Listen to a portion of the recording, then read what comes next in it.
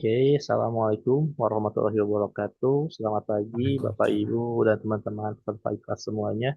Semoga dalam keadaan sehat dan penuh semangat.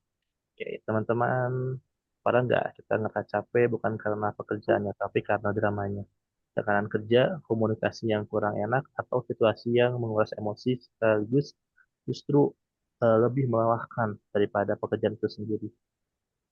Nah, bahkan dalam dunia kerja saat ini, kemampuan mengelola emosi menjadi hal yang sangat penting, bukan hanya soal skill, tapi juga bagaimana kita merespon tekanan yang bijak. Nah, disinilah pentingnya work-life harmony, bagaimana kita bisa tetap produktif, tetap profesional, tetapi juga tetap tenang, sehat, dan bahagia tanpa drama. Selamat datang di kelas ke-38, Work Life Harmony, rahasia kerja happy tanpa drama. Perkenalkan saya Zailani, yang akan bertugas sebagai MC sekaligus moderator dalam kegiatan hari ini. Oke, teman-teman semua, sebelum memasuki ke acara, saya akan membacakan tata tertib untuk kegiatan di kelas hari ini. Pertama, teman-teman mohon untuk memute audio selama pemaparan materi. Lalu on cam jadi diwajibkan ya, terutama jika jaringannya kurang stabil. Kemudian sesi tanya jawab akan dibuka sesuai dengan arahan dari narasumber. Lalu pertanyaan dapat dilakukan melalui fitur Zoom chat atau raise hand. Kemudian untuk mohon mengikuti kegiatan hingga selesai, agar nanti akan mendapatkan materi secara utuh, juga mendapatkan sertifikat pelatihan. Oke. Kita mulai saja masuk ke acara, teman-teman. Hari ini sudah datang narasumber yang luar biasa dan berpengalaman di bidangnya, yaitu Bapak Vitali Budimansyah, SPI, SPSI, MM.City. Apa nih? Certified Oh, trainer. oh, iya. Kirain Counter Strike kan ya. Oke, beliau ini adalah lulusan dari S1 Fakultas Psikologi Universitas Islam Bandung, lalu S2-nya di Fakultas Bisnis Ekonomi, Magister Manajemen Universitas Binaya Mukti, Binaya Mukti ya. Nah, beliau juga memiliki berbagai pelatihan dan sertifikasi profesional, di antaranya trainer bersertifikasi BNSP, lalu juga training of trainer TFT, terus apa nih, Trusto Innova Solution 2026, lalu juga Certificate Entrepreneur Coach, lalu juga ada coaching, counseling, mentoring, dan praktisioner.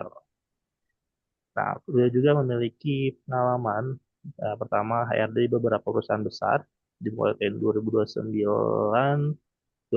hingga 2017, lalu juga guru bimbingan konseling di SMK Kesehatan Batu Kencana mulai dari 2018 hingga 2024.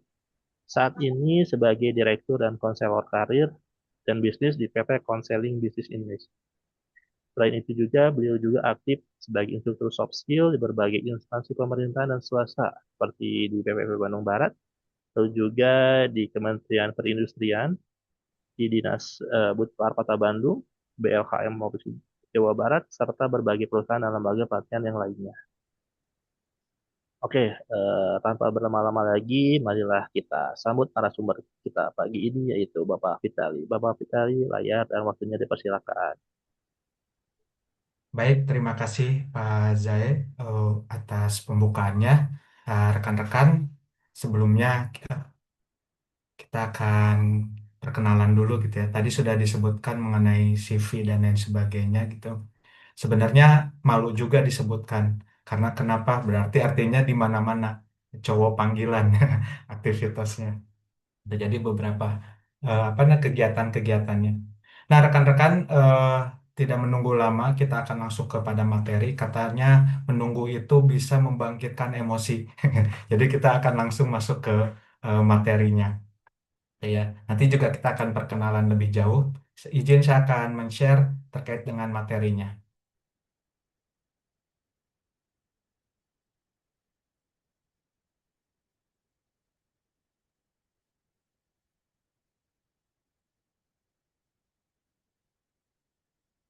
Baik, rekan-rekan sudah semuanya terlihat. Jadi untuk materi kita pada pagi ini sampai dengan nanti batas waktunya gitu, di mana kita terkait dengan work life harmony. Mungkin rekan-rekan pernah mendengar sebelumnya istilah work-life balance dan lain sebagainya. Sebenarnya yang menjadikan berbeda adalah di balance ini seolah-olah kita ini terbagi gitu. Jadi kehidupan rumah, kehidupan pekerjaan, kehidupan dengan teman-teman. Jadi seolah-olah kita harus balance dan membaginya. Nah, di work-life harmony ini kita menjalankan semua itu dengan seirama, sejalan.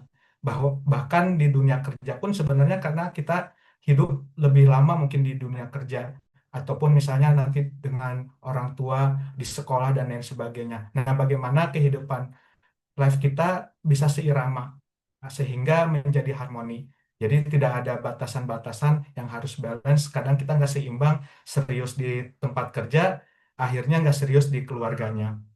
eh, Bagus di keluarganya, nggak bagus di dunia karirnya. Nah itu, jadi harmoni ini lebih kepada bagaimana kita ini bisa berjalan beriringan apa namanya itu secara baik.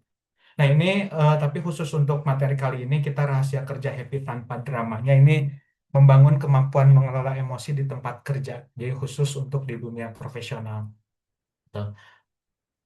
Nah ini ada quote pertama, ada pekerjaan yang lebih sulit dikerjakan daripada pekerjaan itu sendiri. Ya. Jadi mungkin rekan-rekan yang sedang bekerja saat ini perlu penyesuaian 3 bulan, 6 bulan, 1 tahun, mungkin udah jago di bidangnya.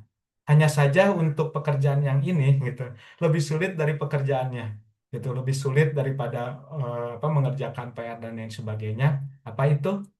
Nah ini mengelola emosi di tengah tekanan kerja. Apabila tidak ada tekanan kerja sih emosi kita cenderung stabil gitu. Tetapi ketika tekanan kerja mulai muncul gitu, nah maka inilah emosi kita udah mulai tidak stabil. Nah, jadi eh, saat ini kita akan belajar sama-sama belajar terkait dengan eh, mengelola emosi di tengah tekanan pekerjaan. Bagaimana tips-tipsnya? Nanti kita lihat seru teman-teman.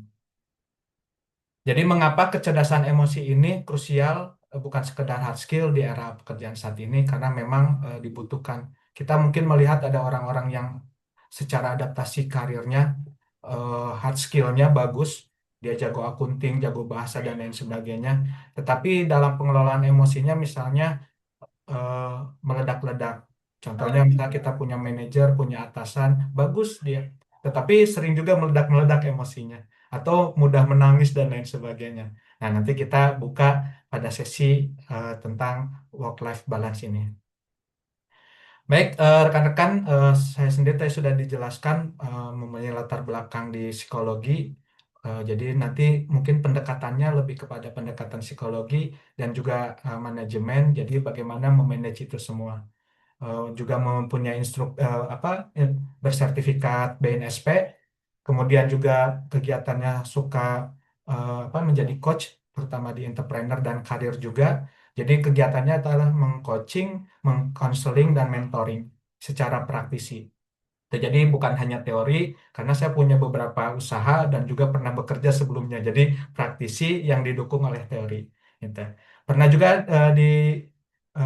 saat ini former di HRD di beberapa perusahaan terakhir tahun 2017. Jadi nanti kita jalan-jalan eh, bagaimana sudut pandang dari HRD-nya. Karena sebenarnya bukan karena jago, tetapi karena sering berhubungan dengan para staf, rekan kerja, kemudian supervisor, manajer, bahkan direkturnya juga curhat. Jadi nanti kita sama-sama belajar. Juga di bimbingan konseling di usia-usia yang muda di SMK kurang lebih 5 tahun. Nah ini biar nggak disebut hoaxnya gitu ya. Jadi pernah di beberapa perusahaan ada di manufaktur kurang lebih ada 3.000 karyawannya waktu itu. Kemudian di otomotif mereknya H. Nah, gitu. Oke, teman-teman lihat juga di bagian bawah. Kemudian juga di properti karyawannya sekitar 500 dan di retail ini karyawannya juga ada 3.000-an. Jadi berbagai macam individu yang ditemui gitu dengan berbagai macam karakternya dan setiap individu ternyata berbeda-beda karakternya. Jadi nanti kita lihat dari sudut pandang profesional. Nah, juga jadi instruktur eksternal di BPVP di bawah Kementerian Ketenagakerjaan di mana kegiatan ini di sektor UMKM gitu ya, ataupun di mikro UMKM di mana apa individu-individu yang merintis usahanya. Jadi bukan berkarir itu bukan hanya di dunia kerja, tetapi juga di dunia usaha juga berkarir mulai dari operatornya sendiri, ngeklaim apa ngebelanja sendiri, ngirim sendiri, ada curhatan dari konsumen didengerin sendiri, jadi serba sendiri. Nah, nanti bertahap sampai dengan manajer sampai bisnis owner gitu ya. Jadi ini ada beberapa kegiatan. Nah, kebetulan saat ini kita ikhlas gitu ya, bersifatnya secara online gitu. Lebih seru sih dengan tatap muka langsung gitu. Jadi ini ada kegiatannya dan dari berbagai jurusan gitu. Nah, ini juga ada kegiatan, ada kantor di Jalan Sunda yang mungkin rekan-rekan ada yang suka mampir juga main ke sana untuk curhat biasanya. Bagaimana ya ngebimbing karir saya dan lain sebagainya gitu. Nah, kemudian ini ada usaha juga, ada kafe, kemudian supplier, home care, eh, ngelola interior dan lain sebagainya. Jadi bisnisnya saat ini masih jalan. Omsetnya lumayan, tapi nggak disebutin dulu di sini, gitu ya. Oke, teman-teman untuk membukanya yang tadi flexing aja. Nah, gitu. Untuk berikutnya nih rekan-rekan di kolom chat gitu ya. Coba gambarkan vape teman-teman pagi ini seperti apa sih? Nah, kirim pakai emotnya. Saya juga mau coba kirim. Nah, gitu. Oke, teman-teman silakan di chatnya kirim vape-nya saat ini seperti apa. Oke, saya lihat. Oh, ada yang ketawa. Oke, ada yang lain, ada yang lain. Nah, saya juga ingin ngirim emot saya pagi ini. Pagi ini. Ah, oke. Oh, ada yang lagi marah berbintang-bintang. Kemudian kita lihat. Oh, ada yang senyum. Oke, ada ini saya panggilnya apa ya, Kang gitu ya, Kang Anggi ini lagi tersenyum.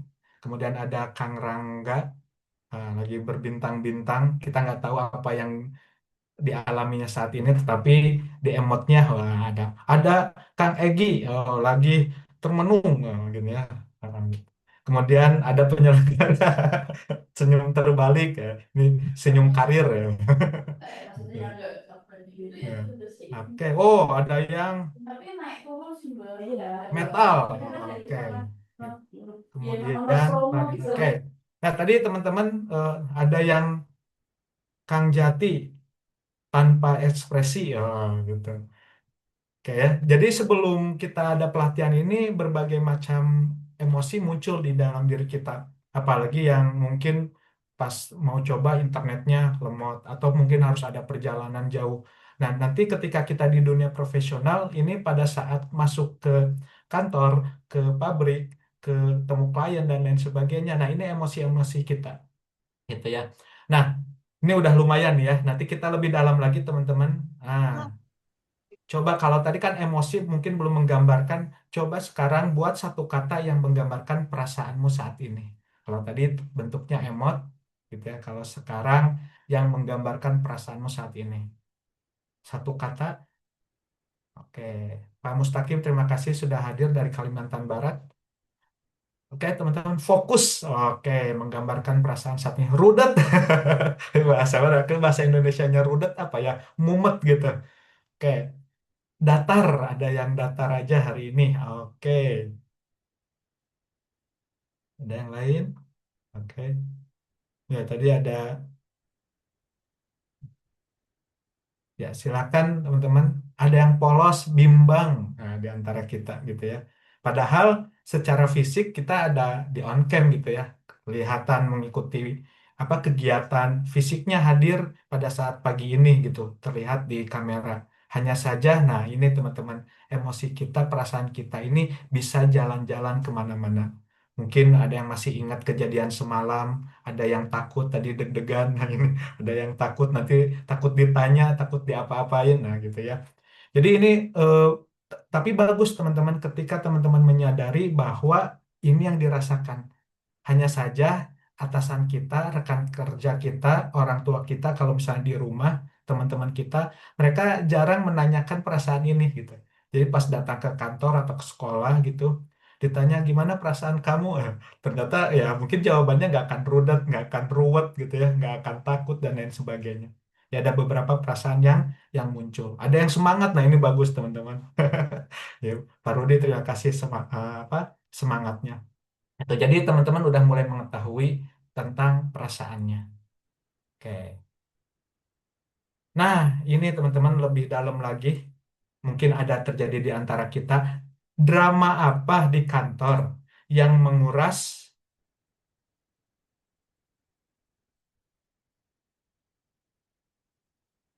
yang paling menguras emosi yang pernah kamu alami? Kalau teman-teman belum sempat kerja, teman-teman bayangkan bagaimana kira-kira drama kantor yang mungkin muncul. Nah, kalau teman-teman takut gitu ya di chatting, teman-teman boleh japri chattingnya melalui sendiri. Nama saya Vitali Budimansyah. Teman-teman boleh ceritakan apa drama kantor yang paling menguras emosi yang pernah kamu alami. Atau misalnya apa drama kantor yang paling absurd gitu ya, yang pernah bikin kamu kehilangan kesabaran. Gitu ya. Tenang, ini chatnya personal, teman-teman. Jadi nanti nggak akan di-share, nanti saya bacakan secara pribadi. Ada pengalaman, teman-teman? Oh, ini ada mulai nih, Oke. Ketika ada kata sindiran, oh ini berani, oke.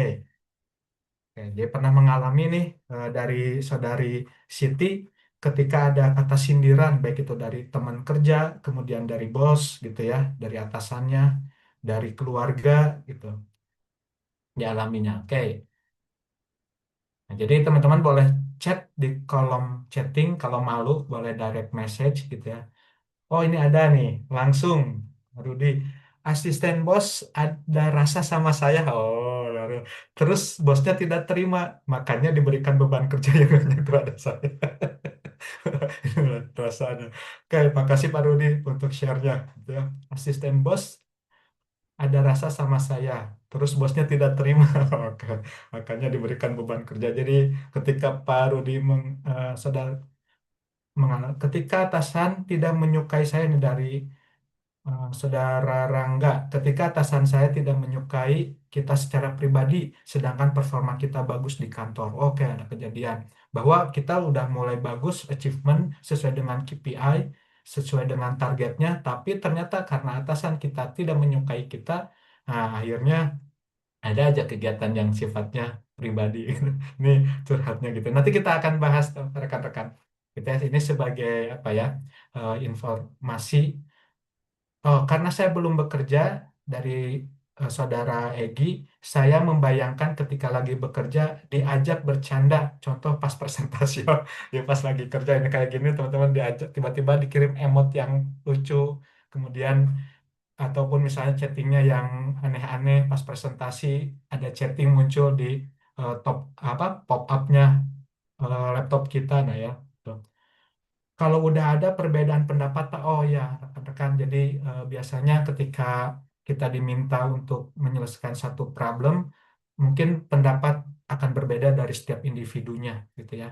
Ini ada yang japri juga ke saya sendiri, saya nggak akan nyebutin. Ada penugasan tidak lihat waktu dan banyak tugas dadakan. Nah, ini rekan-rekan. Gitu ya. Ini saya juga nih mengalami. Kayak jadi ini ada penugasan yang tidak melihat waktu dan banyak tugas dadakan. Oke, yang mengalami juga gitu ya.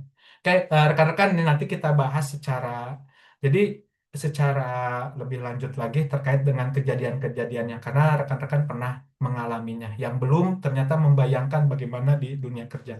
Rekan-rekan ini bagus buat rekan-rekan yang baru pertama kali bekerja gitu ya ataupun yang mau merintis karir karena supaya tidak nanti terlibat drama yang lebih jauh lagi gitu.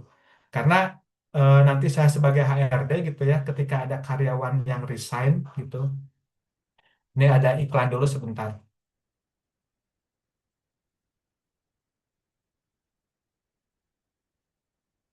Nah, jadi pernah nggak ngerasa capek banget bukan karena kerjaannya, tapi karena dramanya. Nah, tadi di kolom chat, Kita sudah mulai melihat. Nah, poin pertama di sini adalah anti burnout. Adalah jawaban kenapa kita kumpul di sini hari ini gitu.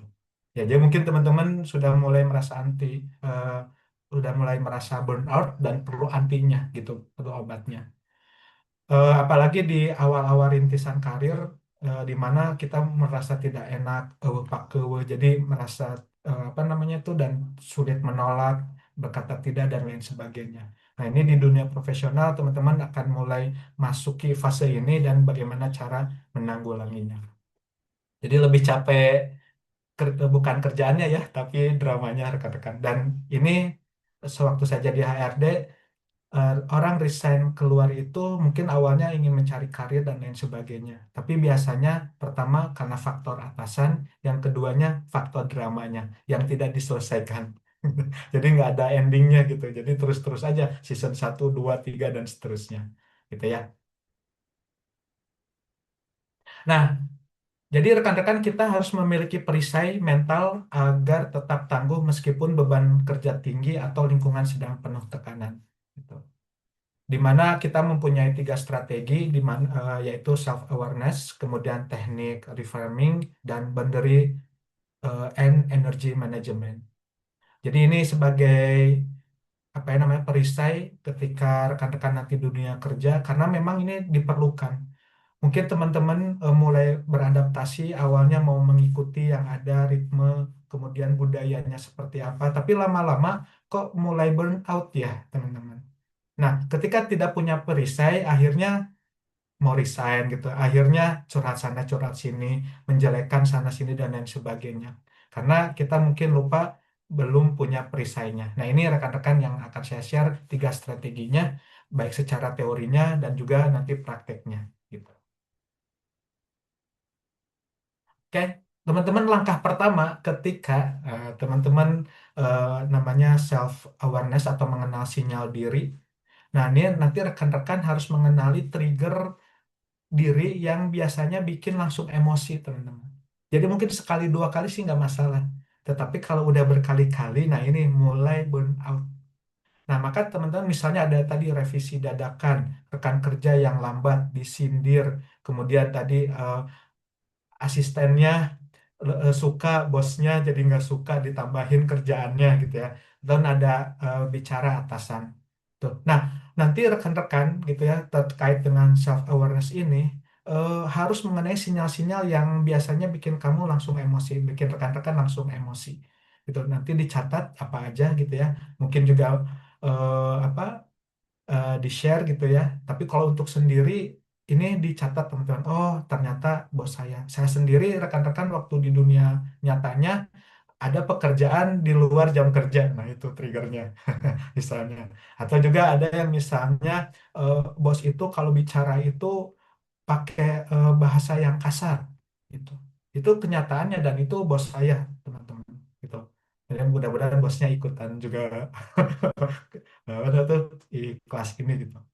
Nah, tetapi ya tadi kondisinya karena saya belum tahu caranya dan lain sebagainya, akhirnya harus mulai merasakan ini sinyalnya dulu. Ketika teman-teman mulai mengenal sinyal ini, teman-teman lihat berapa kali mulai munculnya. Berikutnya di self awareness ini, teman-teman sadari respon tubuh. Apa yang mulai muncul biasanya jantung berdebar, gitu ya. Kemudian dengan tangan mengepal, karena ada kejadian apa tangan yang mengepal, gitu ya. Tapi ditahan atau leher terasa tegang, gitu, atau tidak nyaman di area pencernaan, jadi belum berangkat kerja ke WC dulu, gitu. Kerasa mah, lama-lama jadi GERD, gitu. Atau misalnya perasaan nih seperti linglung. Mulai nanti kalau dengan usia bertambah itu misalnya eh, apa namanya itu pola makan berubah akhirnya terkait dengan obesitas, tensi darah, asam urat dan lain sebagainya. Jadi, nah tapi ketika itu terjadi teman-teman, nah apakah detak jantung lebih berdebar gitu ya? Apakah tangan mengepal, tegang dada? Jadi lebih kepada fisik menyadari ketika itu kejadian apa yang terjadi pada tubuh saya. Gitu. Jadi kita jadi dokter buat diri sendiri. Gitu. Ya, jadi teman-teman yang kedua adalah sadari respon tubuh. Nah, ini rekan-rekan intinya. ketika ada hal-hal yang tidak menyenangkan, yang tadi tiba-tiba ada tugas dadakan, kemudian ada revisi, atasan marah nggak jelas dan lain sebagainya. Ketika melihat itu, maka teman-teman ini pause atau jeda 3 detik. Jadi sebelum membalas chat atau bicara, ambil napas dan beri ruang bagi logika untuk bekerja sebelum mengambil alih. Karena kita tidak bisa menghentikan ombak, tetapi kita bisa belajar caranya berselancar. Jadi teman-teman yang tadi ya, ketika kenyataannya seperti itu, kita bekerja di lingkungan seperti itu, baik atasan, rekan kerja, tapi balik lagi di awal, bahwa rekan-rekan ke sana itu selain mengkontribusikan skill juga teman-teman, ujung-ujungnya gaji ataupun honor yang diterima. Tetapi karena situasi lingkungan seperti itu, teman-teman akan kehilangan. Nah, makanya teman-teman perlu punya perisai. Perisai pertama, awareness apa yang membuat teman-teman tadi tidak nyaman, deg-degan. Yang kedua, apa yang terjadi di respon. Nah, gitu. Maka ketika nanti ngerespon tersebut, nah kasih diri waktu jeda gitu ya, 3 detik ataukah beberapa saat gitu ya, supaya jangan langsung membalas chat atau berbicara.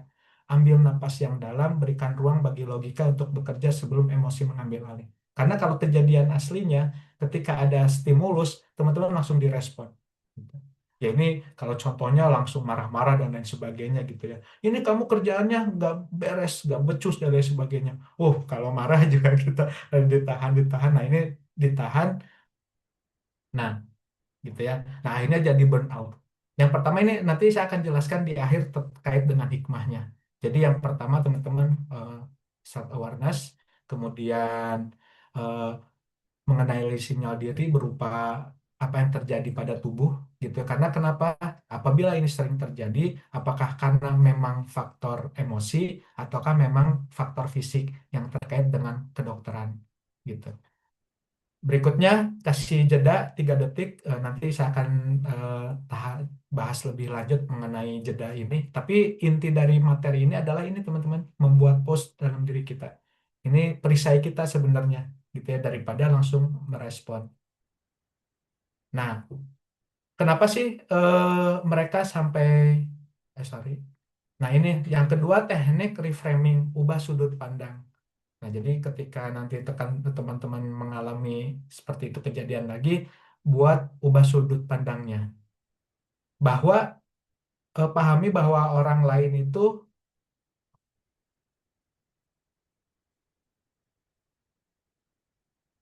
oke, pahami bahwa amarah orang lain itu seringkali bukan tentang kamu, tapi lebih tentang masalah mereka sendiri. Artinya orang yang suka marah-marah ataupun dan sebagainya ya memang biasanya individunya gitu ya. Yang suka misalnya di luar jam kerja dan lain sebagainya kalau bukan karena darurat gitu ya, ya berarti memang beliaunya yang misalnya menunda pekerjaan gitu misalnya. Ataupun misalnya punya masalah di rumah ataupun masalah di perjalanan atau memang emosinya sendiri. Jadi nanti teman-teman ketika mendapatkan informasi yang membuat kita nggak nyaman, yang tadi ya di apa dimarahin, kemudian dijudesin, dicuekin dan lain sebagainya, itu bukan tentang kita, tetapi tentang masalah mereka sendiri. Jadi yang bermasalah itu merekanya, bukan kitanya, gitu ya. Kemudian ubah di dalam pikiran kita dari kenapa menjadi bagaimana. Karena kalau misalnya kenapa sih marah-marah terus, kenapa sih aku diginiin, akhirnya teman-teman akan kelelahan gitu ya, karena mencari mengapa. Yang harus kita lakukan adalah bagaimana. Misalnya, kenapa sih dia marah-marah terus, akhirnya nanya sini, nanya situ, ngegosip, terus dia nanya lagi balik.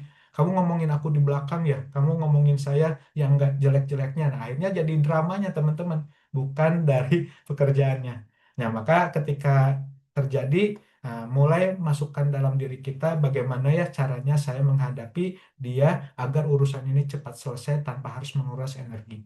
Karena teman-teman ya tadi, energi ini ketika masuk drama itu lebih melelahkan daripada mengerjakan pekerjaan itu sendiri.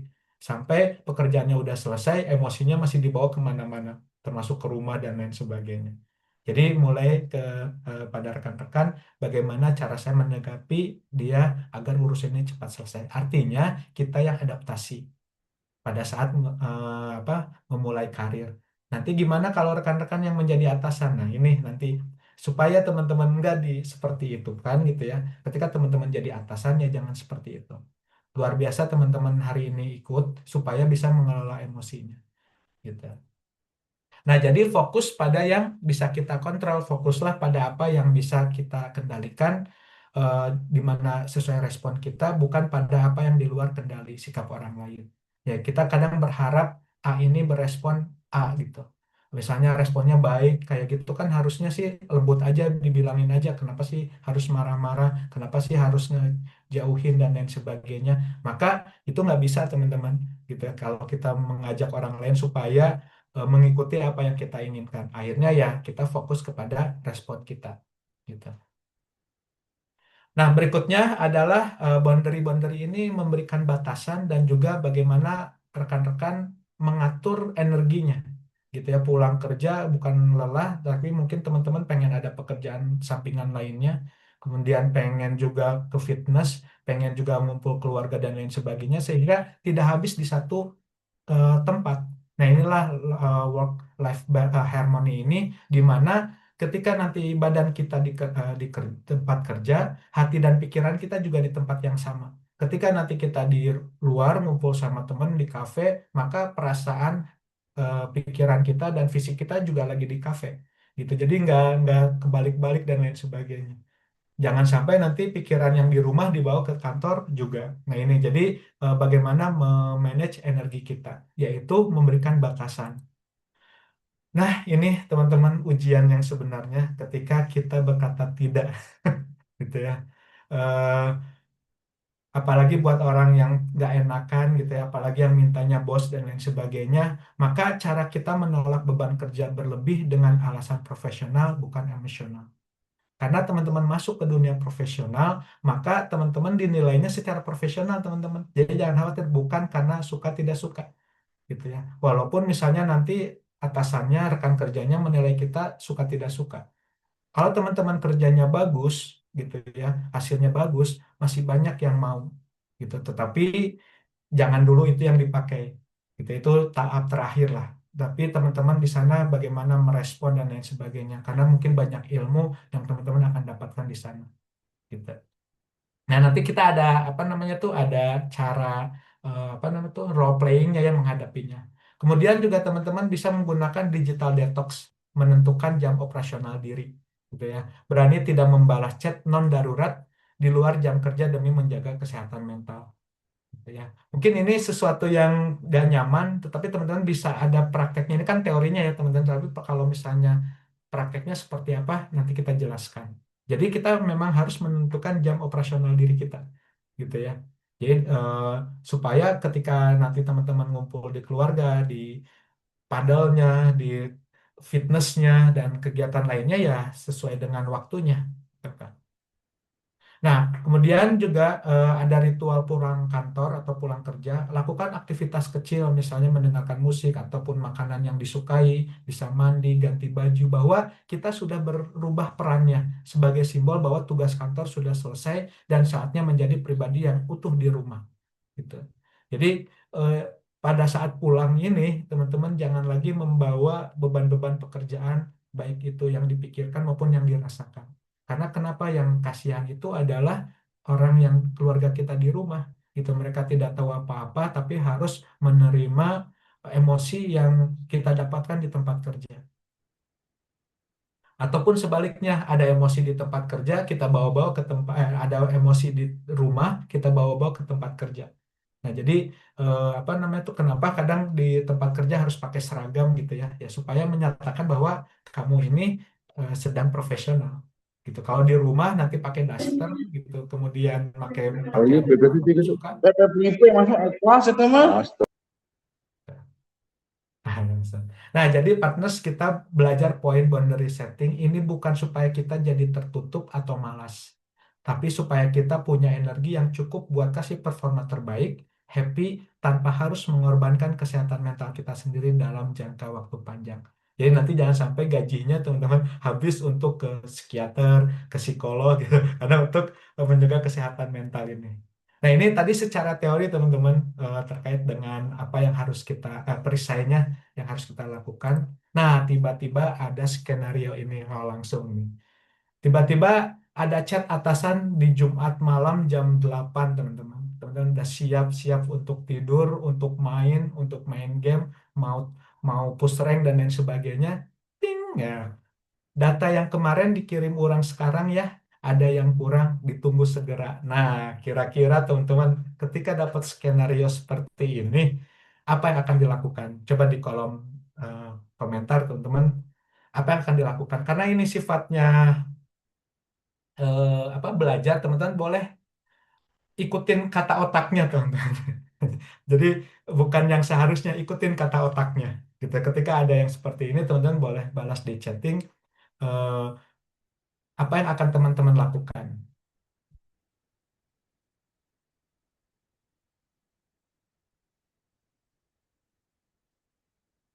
Oke. Ya, jadi ada kasus bahwa ada seperti ini yang tadi ya, ada kerjaan di luar jam kerja. Gitu. Kira-kira ada ide, teman-teman? Atasan minta saya tidak membuka WA. Oke, jadi eh, ada yang memilih saya tidak akan membuka WA gitu. Oke, terima kasih Saudara Rudi. Kemudian ada Saudara Kemal tidak membalas chatnya. Oke, terima kasih gitu ya. Biarin aja. Gitu. Ngerjain sambil ngoceh terbiasa saat kuliah pada saat penelitian dosen. Jadi dikerjain ya aja gitu ya daripada gimana-gimana walaupun dengan mengoceh gitu ya. Oke, ada yang lain, yang lain? Oke, baik. Kalau saya mengalami seperti apa dong gitu ya. Ini POV-nya dari saya, teman-teman gitu.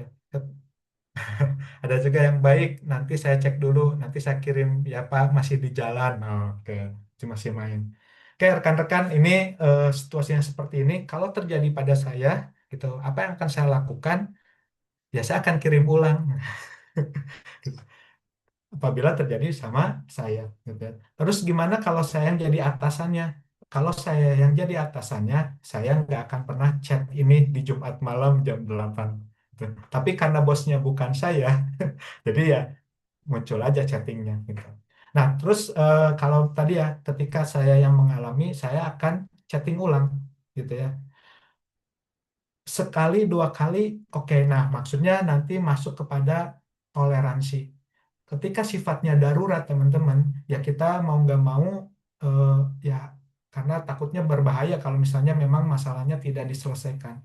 Misalnya teman-teman ngasih toleransi ketika ada kerjaan seperti ini dari sebulan, ternyata satu dua kali masih oke lah gitu. Apa gimana kalau misalnya 4 kali, ya teman-teman tambahin toleransinya karena kita mulai adaptasi gimana sih ritme bos itu bekerja atau atasan kita. Tapi gimana Pak kalau misalnya hampir setiap hari seminggu ada 4 sampai 5 kali? Nah, ini luar biasa. Nah, apakah itu memang ritme kerja bosnya ataukah memang sistem perusahaannya? Nah, mungkin waktu di job spec itu ada tulisan bersedia bekerja di bawah tantangan. Nah, ini karena tantangan-tantangan, jadi teman-teman nggak usah ikutan arum jeram, nggak usah ikutan apa namanya itu roller coaster. Nah, karena bekerja di tempat itu, nah teman-teman udah tertantang. Jadi tiap saat ini ada aja dadakan chat atasan, kemudian ada pekerjaan dan lain sebagainya. Maka ini perlu jawaban bijak, rekan-rekan. Jadi saya jangan sampai udah nggak dibalas aja dan lain sebagainya, enggak, karena terkait dengan apa profesional dan terkait dengan industri ada beberapa yang memang tidak bisa diprediksi. Hanya saja teman-teman nanti terkait dengan toleransinya dalam sebulan berapa kali. Kalau udah banyak ya memang berarti sistemnya ataupun memang ritme bosnya gitu. Bosnya memang yang senang kerjanya setelah di luar jam kerja. Memang dia misalnya belum berkeluarga ataupun misalnya memang ngeceknya lagi malam-malam dan lain sebagainya. Gitu. Nah, nah, tapi ada juga nih pengalaman jangan kasih kesempatan sekali dua kali saya telah merasakan ketika bos atau atasan dikasih peluang seperti itu dia akan tahu berikutnya. Nah, ini teman-teman pentingnya boundary itu gitu. Boundary ini adalah ketika oh ini kayaknya udah melewati batas yang saya toleransikan nih. Nah, teman-teman silakan lakukan. Nah, ini lebih ke prakteknya. Ada rekan saya yang punya dua SIM card. Kalau teman-teman punya rezeki lebih, ada SIM card untuk kantor, ada SIM card untuk eh, bermain gitu ya. Apakah wajib harus saling following di itu? Ya tidak juga teman-teman. Ya karena teman-teman punya kehidupan yang mungkin apa berbeda dengan di dunia kantornya, di dunia profesional. Maka ketika udah jamnya selesai dimatiin gitu ya. Ini kalau yang teman-teman punya rezeki lebih gitu ya. Supaya nanti bosnya mulai mengikuti nih ritmenya. Ada juga rekan saya yang akhirnya dimatiin handphonenya memang. Jadi apa namanya itu benar ketika udah jam pulang benar-benar dimatikan sampai besoknya. Kalau teman-teman mau menggunakan cara ini juga bisa sebenarnya. Gitu ya. Nah, tapi kalau misalnya di awal-awal Pak gimana kalau saya karyawan baru dan yang sebagainya. Nah, ikutin ritmenya dulu teman-teman dengan cara toleransi gitu ya. Dan pastikan teman-teman kalau pakai cara yang tadi memisahkan dunia kerja dan apa namanya itu biar beriringan biar harmoni gitu ya. Pastikan bahwa kerjaannya betul gitu, tidak ada koreksi salah atau misalnya Pak ini koreksi dulu dan lain sebagainya. Atau misalnya pastikan attachment di emailnya sudah kekirim. Ada juga yang pas saya udah kirim emailnya gitu. Tapi ternyata attachmentnya lupa Excelnya gitu. Ataupun apa namanya tuh ada yang lupa nggak kebawa dalam laporannya. Jadi dan rekan saya yang benar-benar mematikan handphone itu memang kerjanya bagus teman-teman, nggak ada komplain dari atasannya bahwa salah hitung dan lain sebagainya misalkan gitu.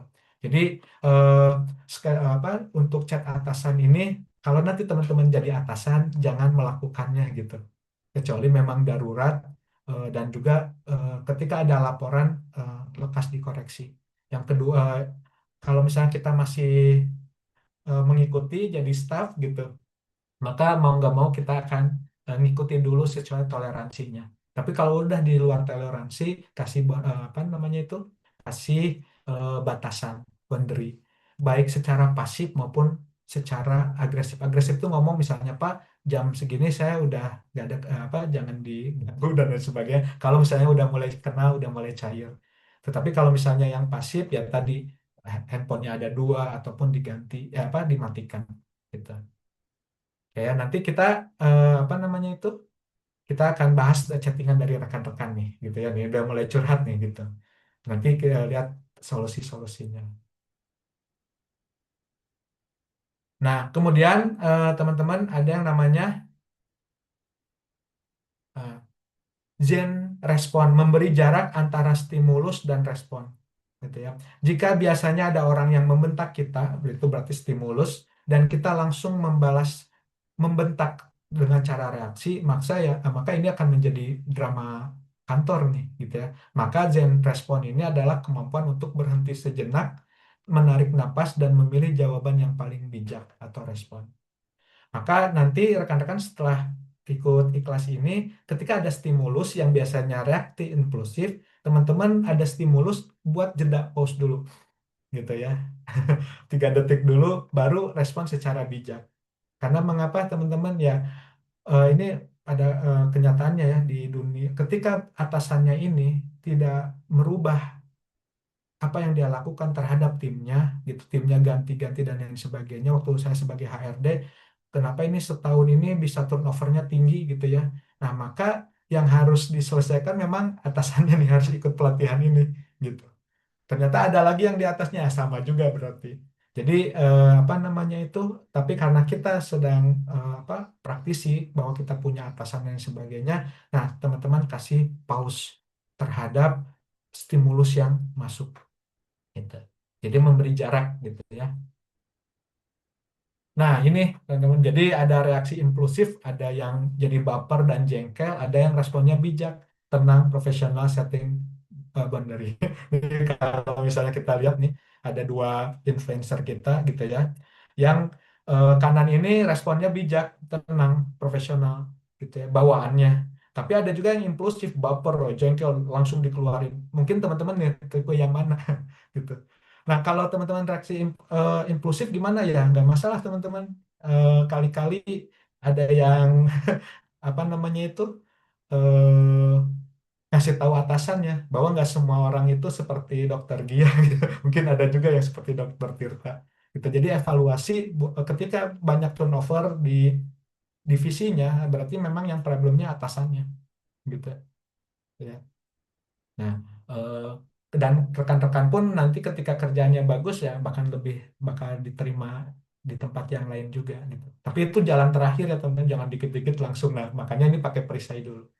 Jadi teman-teman respon secara bijak gitu ya, profesional. Ini respon profesional aja, secara tenang, kemudian setting boundary-nya gitu.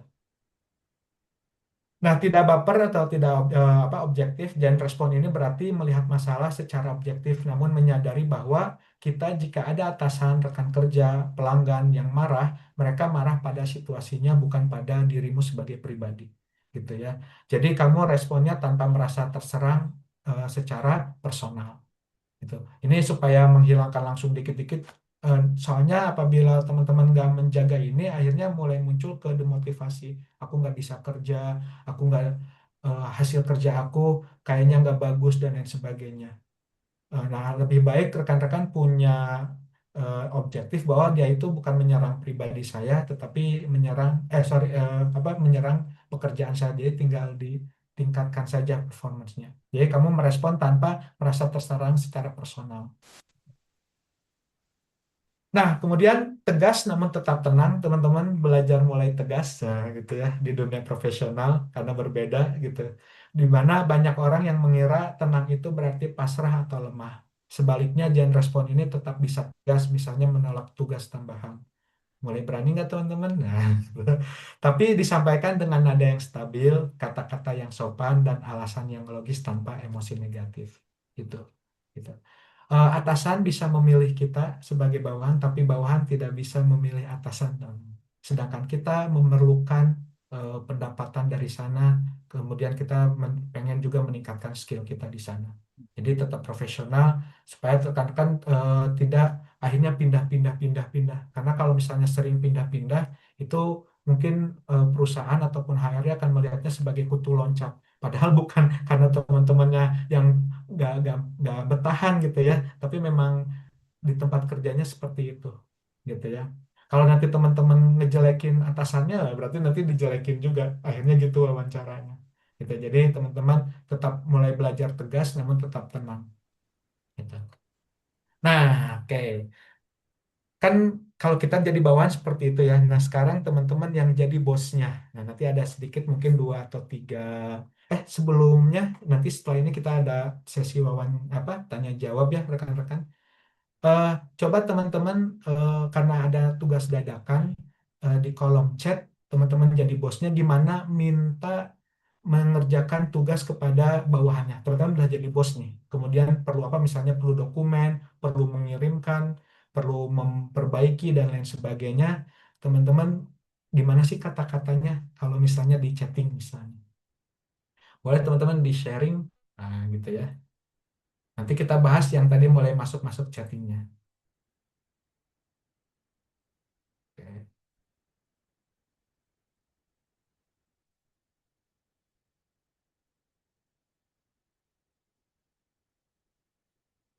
Tuh. Oke.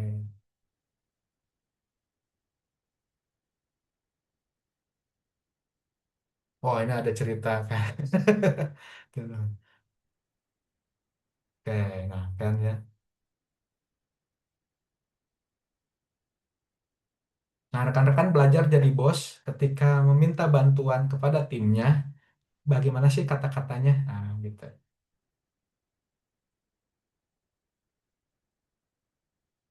Nah, ada juga tim dokter Tirta sih kalau aku. Oh, oke. Berarti kadang perlu juga dikasih paham rekan-rekan, gitu ya. Perlu juga dikasih paham. Kalau saya Kalau saya disuruh pilih mending punya karakter dokter Tirta, teman dan bos segan kasih beban tambahan yang tidak sesuai. Wah, udah mulai. Kan ketika bertambahnya usia, bertambahnya skill, nah mulai berani biasanya. Biasanya kalau yang mulai-mulai rintisan itu lebih banyak penyakit hatinya gitu ya, mulai kepada fisik. Disebutnya psikosomatis. psikosomatis ini karena yang dipikirin, dirasakan, tidak diungkapkan, itu akhirnya lama-lama eh, kepada diri. Jadi namanya sakit itu ada tiga. Pertama paru-paru yang memang terkait dengan fisik gitu ya. Memang tadi kondisi fisiknya yang lemah gitu ataupun lagi sakit. Yang kedua eh, rupa-rupa gitu. Rupa-rupa tuh segala kerasa biasanya muncul di hari Minggu malam atau enggak Senin pagi ya gitu. Yang ketiga karena udah nggak kuat menghadapi ini akhirnya pura-pura. Jadi sakitnya ada tiga, paru-paru, rupa-rupa mulai kerasa, tiba-tiba demam di Senin pagi gitu ya. Ataupun karena pura-pura akhirnya ya tadi izin sakit tapi di dunia kerja profesional berbeda dengan sekolah. Mungkin kalau di dunia sekolah itu izin sakit masih bisa dimaklumi, tetapi kalau di dunia profesional izin sakit teman-teman sudah ada penggantinya. Gitu. Ya teman-teman sering izin nanti dievaluasi ada penilaian, sering sakit ya akhirnya eh, apa akhirnya ya keluar juga gitu ya. Nah, ini ada bos kita, bos Serangga. Dokumen kemarin sudah saya cek, namun ada beberapa poin yang harus diganti. Saya kasih deadline sampai hari Jumat ini ya. Oh, dikasih deadline-nya. Enak bosnya baik banget. Ya, dikasih deadline-nya dari misalnya sekarang hari Selasa sampai dengan Jumat tuh. Makasih bos. Nah, ini bos yang diidamkan. Makasih. eh, Bos Serangga untuk memberikan informasi. Oh ini ada Bos Egi juga. Assalamualaikum karyawan terbaik tahun ini. Oh, bagaimana laporan keuangan tahun ini?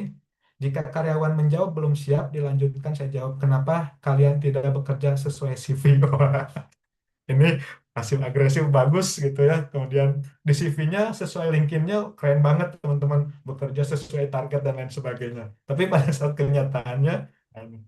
Kayak kasih Bos Egi eh, atas informasinya. Dan jadi ketika jadi bosnya ya seperti ini gitu ya. Apa eh, enak ya mudah-mudahan teman-teman yang cara menyampaikannya nyaman itu eh, menjadi bos. Oke, kita lanjut ya.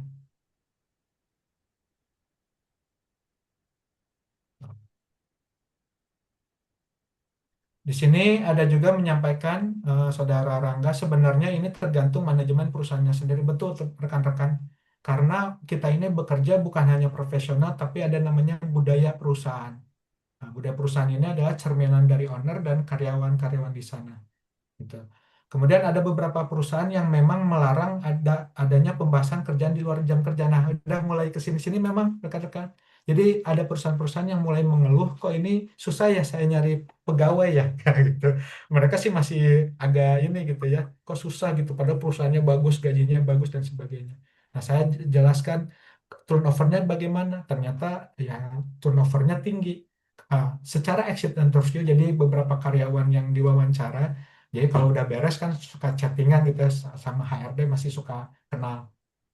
Kenapa keluar ya tadi teman-teman atasannya dan juga budaya perusahaannya gitu ya 70% karena atasan. Gitu ya. Akhirnya mau nggak mau harus dirubah nih sistemnya di mana yuk kita sama-sama kerja profesional. Saya ada beberapa perusahaan yang memang dari jam 8 sampai jam 5 itu profesional, nggak boleh diganggu bahkan oleh keluarga. Kalau darurat keluarga harus nelpon ke kantor gitu. Jadi nggak boleh bawa handphone karena kalau handphone itu kan ada profesional, ada pribadinya. Jadi ketika kerja di sana eh, apa hal-hal yang sifatnya bisa mengganggu itu ditangguhkan. Jadi eh, keluarganya itu diberikan nomor telepon atasannya, kalau nggak tempat kantornya. Jadi kalau ada apa-apa masih tetap bisa dihubungi. Jadi memang nggak dihubungi itu. Jadi ketika perusahaannya apa lagi bekerja di perusahaan keluarganya jangan dulu menghubungi kecuali darurat. Nah, ketika dia di rumah perusahaannya juga berkomitmen tidak diganggu pada saat di rumah atau pada saat libur gitu. Nah, ini mulai harmoni nih teman-teman gitu ya. Ada juga perusahaan yang membiarkan tapi balik lagi ke cara berpikir pribadi masing-masing. Betul rekan-rekan. Ini tergantung pribadi masing-masing. Gitu ya, teman-teman. Tadi bosnya seperti ini mau ngikutin bos atau punya cara sendiri resikonya apa? Dipecat, kena PHK dan lain sebagainya gitu ya. Nah, tetapi apa namanya tuh ya lebih penting nanti kepada kesehatan sendiri. Kecuali memang teman-teman udah mulai kuat gitu ya. Kemudian lakukan semuanya sesuai tempatnya dan kondisikan sesuai dengan urgensinya. Betul. Jadi memang rekan-rekan untuk emosional ini kita ini perlu seni gitu ya dalam mengelolanya gitu ya, dalam mempraktekannya dan sebagainya. Jadi sama-sama biar harmoni. Gitu. Oke, habis jam 10 saat ini. Oke ya. Kita akan share berikutnya.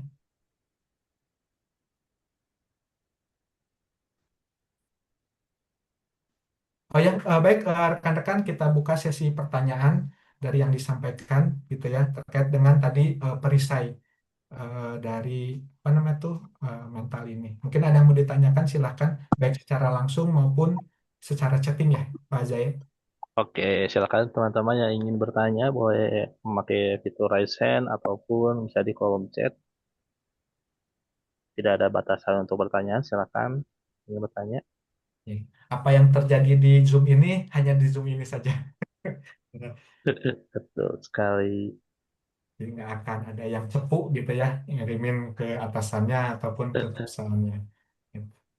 Oke, silakan teman-teman. Kalau misalnya belum, teman yang ditakutkan, yang dikhawatirkan gitu ya, terkait dengan silakan pakai chat pribadi boleh gitu. Nanti saya akan nyebutin namanya. Gitu. Oke, mungkin sambil nunggu ya Pak Beta. Tadi hari ini kita sudah belajar mengenai pentingnya mengelola emosi di tempat kerja, lalu juga ada konsep work-life harmony, lalu juga ada tadi cara menghadapi tekanan kerja tanpa drama, lalu ada teknik mengontrol emosi. Ini udah belum Pak? Belum ya? Ya, Nah, setelah ini ya. betul Ya, betul. lalu juga akan dijelaskan mengenai tips agar profesional dan tetap happy di tempat kerja. Oke, siap. Ada yang mau bertanya? Silakan. Ya, Dari siapa ini? Dari Pak Kemal. Pak Kemal, silakan menyalakan mikrofonnya. Baik, bismillah. Assalamualaikum warahmatullahi wabarakatuh. Misalkan. Baik, Pak. Saya izin bertanya. Izin ada dua pertanyaan, Pak. Yang pertama untuk yang cara menyampaikan menjadi bos. Jadi kalau sebelumnya kan saya pernah di suatu institusi pendidikan kayak di pesantren gitu kan. Kalau di pesantren waktu itu misalnya kalau pendamping santri itu kan misalnya ada sebenarnya pendamping santri itu eh santri saya itu hampir seumuran lah Pak. Jadi dari lulus SMA sampai usia 40 tahun. Jadi ada yang seumuran, ada yang agak bawah, ada yang lebih atas. Tapi kalau untuk memerintahnya misalnya ya ibaratnya saya sebagai bos gitu Pak. Memerintahnya karena misalnya ada program kampus misalnya ada program pesantren misalnya kalau misalnya tidak rapi misalnya nanti ada konsekuensinya ini jadi mereka tuh mau nggak mau jadi harus apa namanya harus mengikuti gitu nah pas ketika saya di tempat kerja dan ada bawahan misalnya tapi bawahannya itu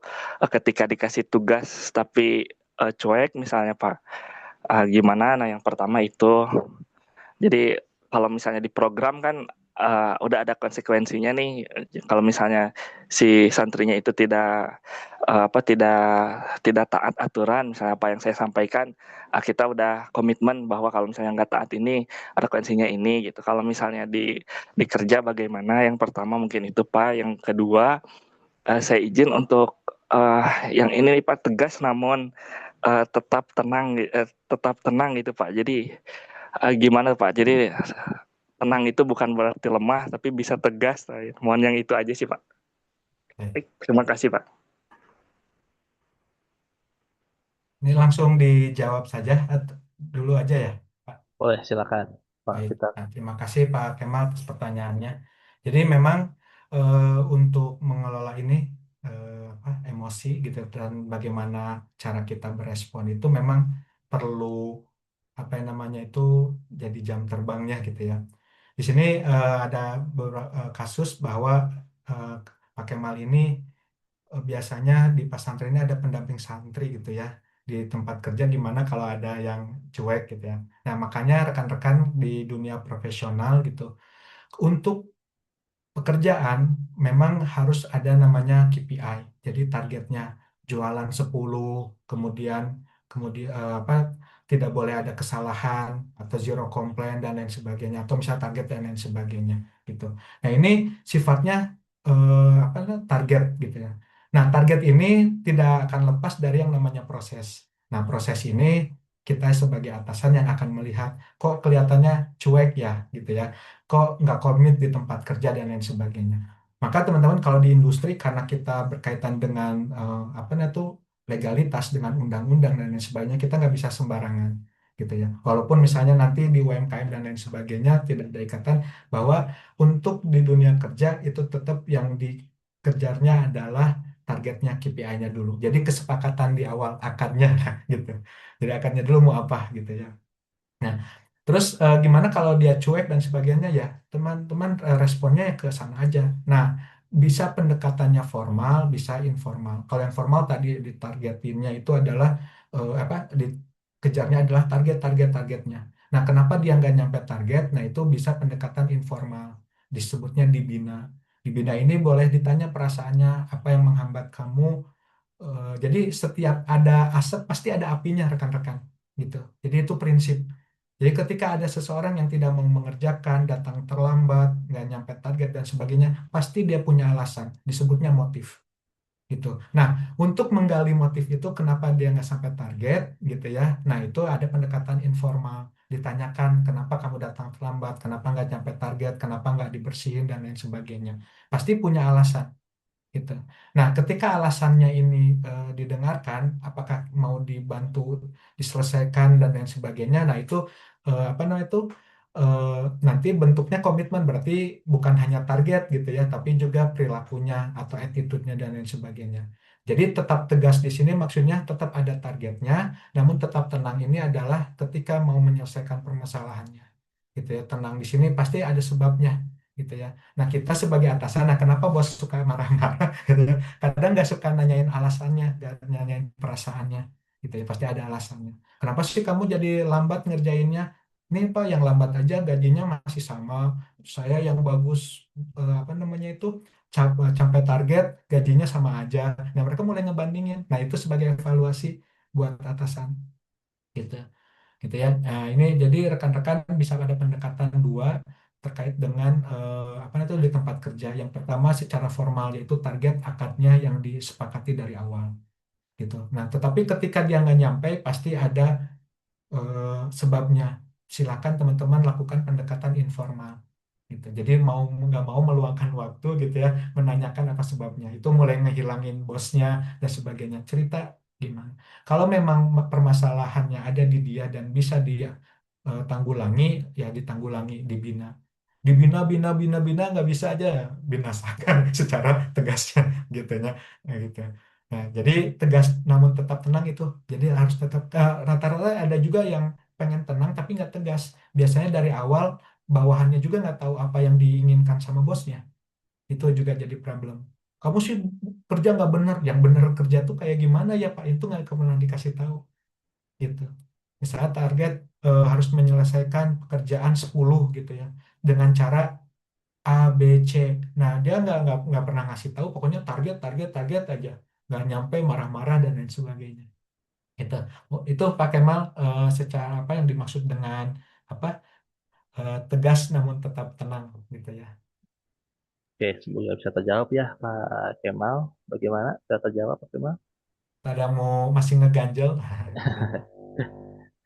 Baik, terima kasih. Jadi memang tegas itu karena udah ada standar, jadi kita bisa netapin standar itu jadi tegas dan apabila misalnya masih ada yang cuek dengan perintah-perintah atau tugas-tugas dari katakanlah bawahan, berarti memang harus harus dibina dan ditetapkan juga akad yang formalnya mungkin itu ya Pak.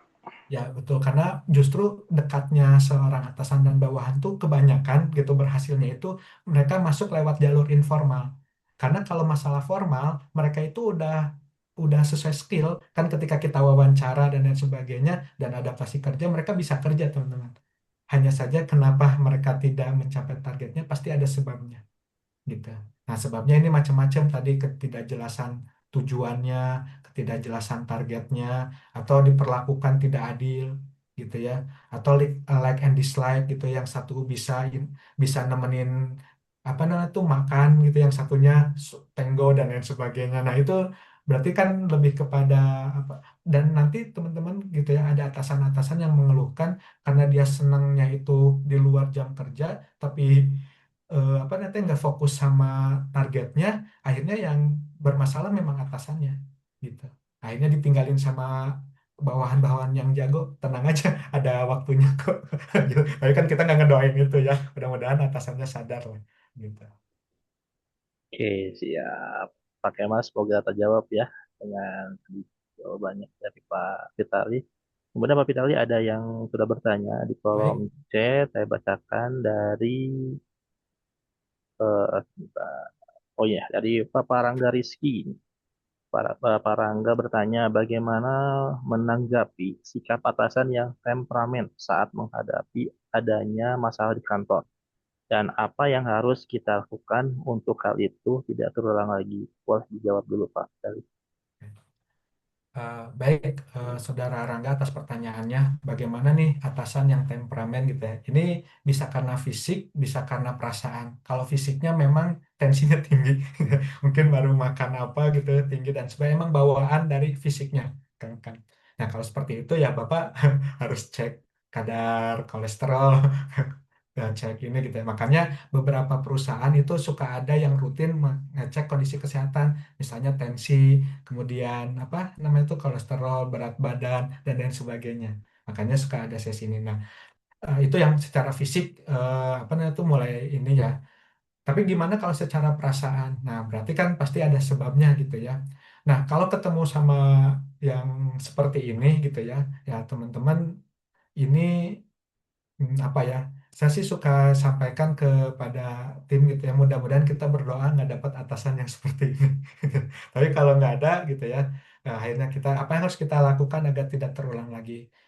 Kalau teman-teman berani nanya gitu ya, tanyakan Pak apa yang ngebuat Bapak jangan marah-marah ya tanyanya Pak, apalagi yang kurang dari pekerjaan saya. Jadi lebih ke profesionalnya balik lagi. Ya kalau ditanyakan Pak, misalnya teman-teman dievaluasinya per 3 bulan, teman-teman nggak apa-apa. So, kalau misalnya nanti ada yang mau ditanyakan dulu misalnya gitu, atau misalnya teman-teman secara informal atau bisa ketemu Pak, boleh tahu Pak hasil kerja saya selama ini apa, atau misalnya masukannya supaya saya performanya lebih baik. Biasanya jarang teman-teman ada karyawan yang nanya itu gitu. Jadi justru ada atasan-atasan yang sebenarnya senang ketika ditanya Pak gimana performa saya kalau misalnya dengan standarnya yang Bapak inginkan gitu. Nah, biasanya ini juga bukan nyalahin bosnya selalu ya. Kadang juga problemnya ada di bawahannya.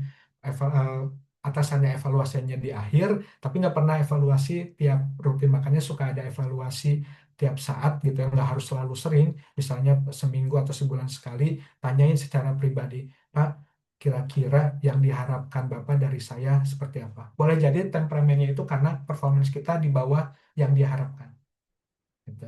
Jadi terkait dengan pekerjaan. Nah, kalau like and dislike itu agak susah rekan-rekan. Ya kamu nyebelin aja ya udah Pak saya besok pakai topeng misalnya ngeliatin. Atau misalnya ada sifat saya, sikap saya yang Bapak nggak suka gitu. Tapi yang pertama untuk masuknya tetap kerjaan karena bos akan nembaknya lagi terhadap performance kamu gitu ya. Nggak mungkin kamu sifatnya gini-gini enggak. Lebih cenderung kepada apa pekerjaan dulu. Nah, kalau misalnya pekerjaan kamu udah oke, pekerjaan oke ya, berarti bukan temperamennya bukan masalah kerjaan. Ada sifat sayang apa yang misalnya ini. Misalnya oh, kamu datangnya selalu tepat waktu. Ternyata bos ini pengennya 10 menit sebelum bekerja, pengennya udah ada di tempat. Oh, standarnya mungkin seperti itu. Kayak gitu. Ya, apa namanya tuh? Ya, jadi ada standar-standar yang sifat-sifatnya yang apa namanya tuh belum belum klik lah ya sama atasannya.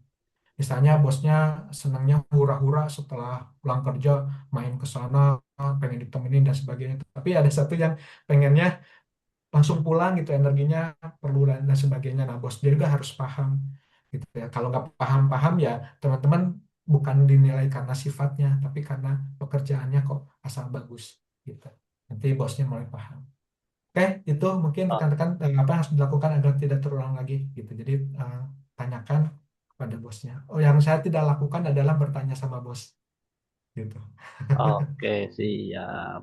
Kasih Pak Fitra jawabannya, Mas Rangga. Semoga bisa terjawab ya. Oke, selanjutnya ada dari Pak Anggi Haryadi nih.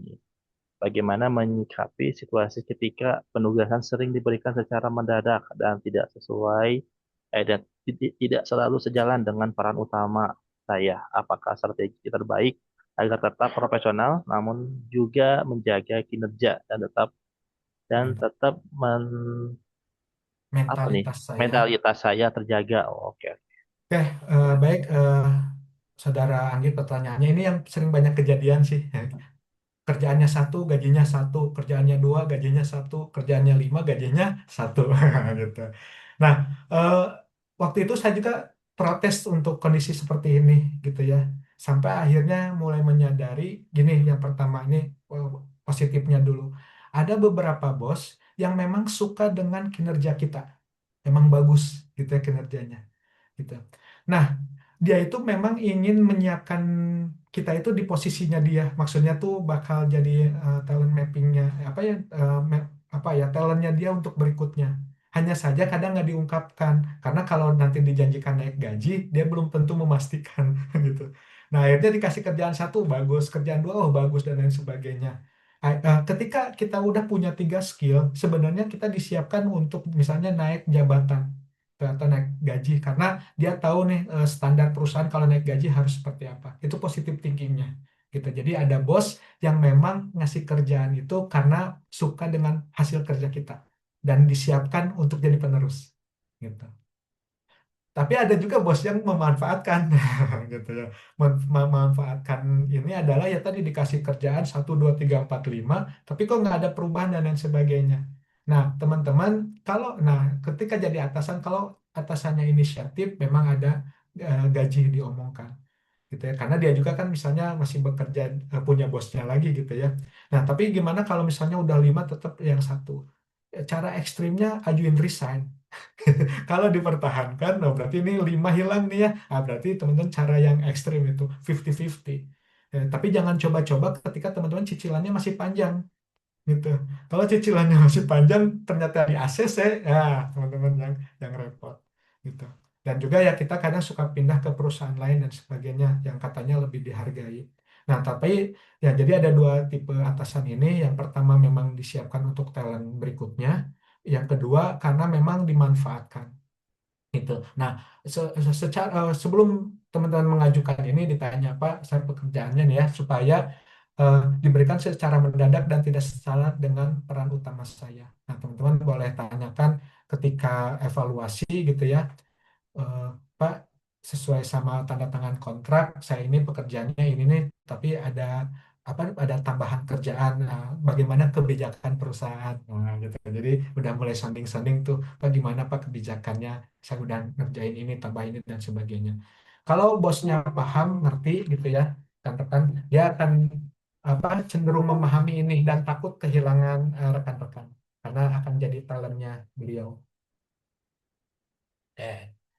Kemudian, namun juga menjaga kinerja dan tetap mentalitas. Kecuali teman-teman memang membatasi, Pak ini sesuai dengan tanda tangan kontrak, akadnya atau KPI-nya, saya ngerjain yang ini ya nggak masalah teman-teman, gitu ya. Nah, tapi tadi balik lagi kalau udah mulai like and dislike, nah ini yang kita nggak bisa masuk ke ranah itu, gitu ya. Kita akhirnya ya profesional aja. Saya pun kadang beberapa di tempat perusahaan saya kerjanya profesional, gitu. Memang nggak bisa dihubungi aja, gitu ya kalau udah mulai agak pengalaman. Kalau waktu awal-awal ya masih banyak nyimpen di hati gitu. Strategi terbaik agar tetap profesional namun juga menjaga kinerja dan tetap mentalitas saya terjaga. Ya itu teman-teman. Positive thinkingnya bosnya yang menyiapkan talent. Itu positifnya. Oke, Oke, seperti itu Kang Anggi Cahyadi ya. Semoga terjawab pertanyaannya. Mungkin pertanyaan terakhir nih Pak Fitri sebelum boleh, kita boleh. masuk ke list Ah, selanjutnya betul. dari Kang Egi Mursala. Nah, jika saya bekerja suatu hari nanti ada kejadian teman bekerja tidak suka sama satu orang. lalu yang tidak suka mengajak yang tidak suka agar berkelompok menjauhi. Wah, ini MLM ya, bis MLM ini. Hmm. Bagaimana respon saya untuk menolak ajakan agar tidak yang tidak suka ini tetap netral ke saya? Ah, Baik. silakan. Baik, rekan-rekan, untuk pertanyaan Saudara Egi ini akan kita jawab di sesi berikutnya. Nah, kebetulan. Oke, Ya, gimana siap. ketika yang jadi problemnya rekan kerja kita, gitu ya. Emang Oh, ada, gitu. Emang iya. ada, gitu ya. Silakan dilanjut, Pak Fitali. Ya,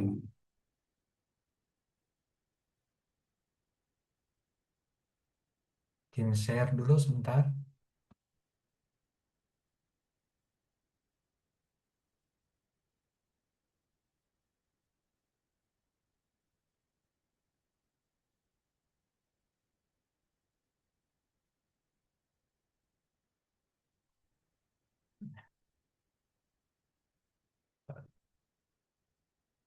Udah kelihatan ya rekan-rekan?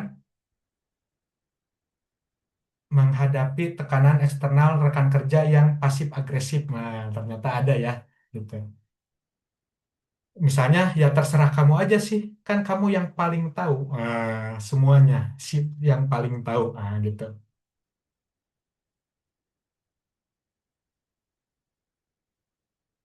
Ini udah ke share teman-teman? Belum? Sudah, Pak, sudah. Lanjut, Oh Pak. sudah, oke. Jadi soalnya masih ada wajahnya. Ya, ya. Jadi berbeda di dunia pendidikan, di dunia profesional ini, balik lagi rekan-rekan, kita ini dinilai berdasarkan KPI, bukan banyaknya teman, gitu ya. Jadi tanda dewasa adalah mulai sedikit tuh temannya, gitu ya. Bahkan saya nggak nyebut teman kantor itu bukan teman, tapi hanya partner saja atau rekan. Jadi mereka nggak masuk ke kehidupan saya, gitu. Karena kenapa? Eh, Tujuannya sudah berbeda. Kita ini punya visi, punya impian masing-masing. Misalnya salah satunya mendapatkan gaji, kemudian gaji itu kita habiskan dengan misalnya untuk keluarga dan lain sebagainya, bukan untuk teman. Ada sih untuk teman juga gitu. Nah, seperti kakak dan adik di rumah misalnya gitu.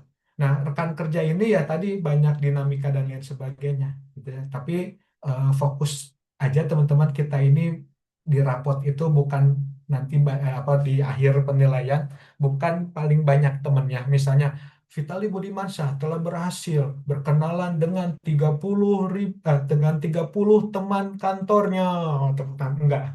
Gitu. Tapi tetap aja yang di soundingnya akan ada Vitali Budimansyah menjadi pegawai yang capai targetnya, baru tepuk tangan.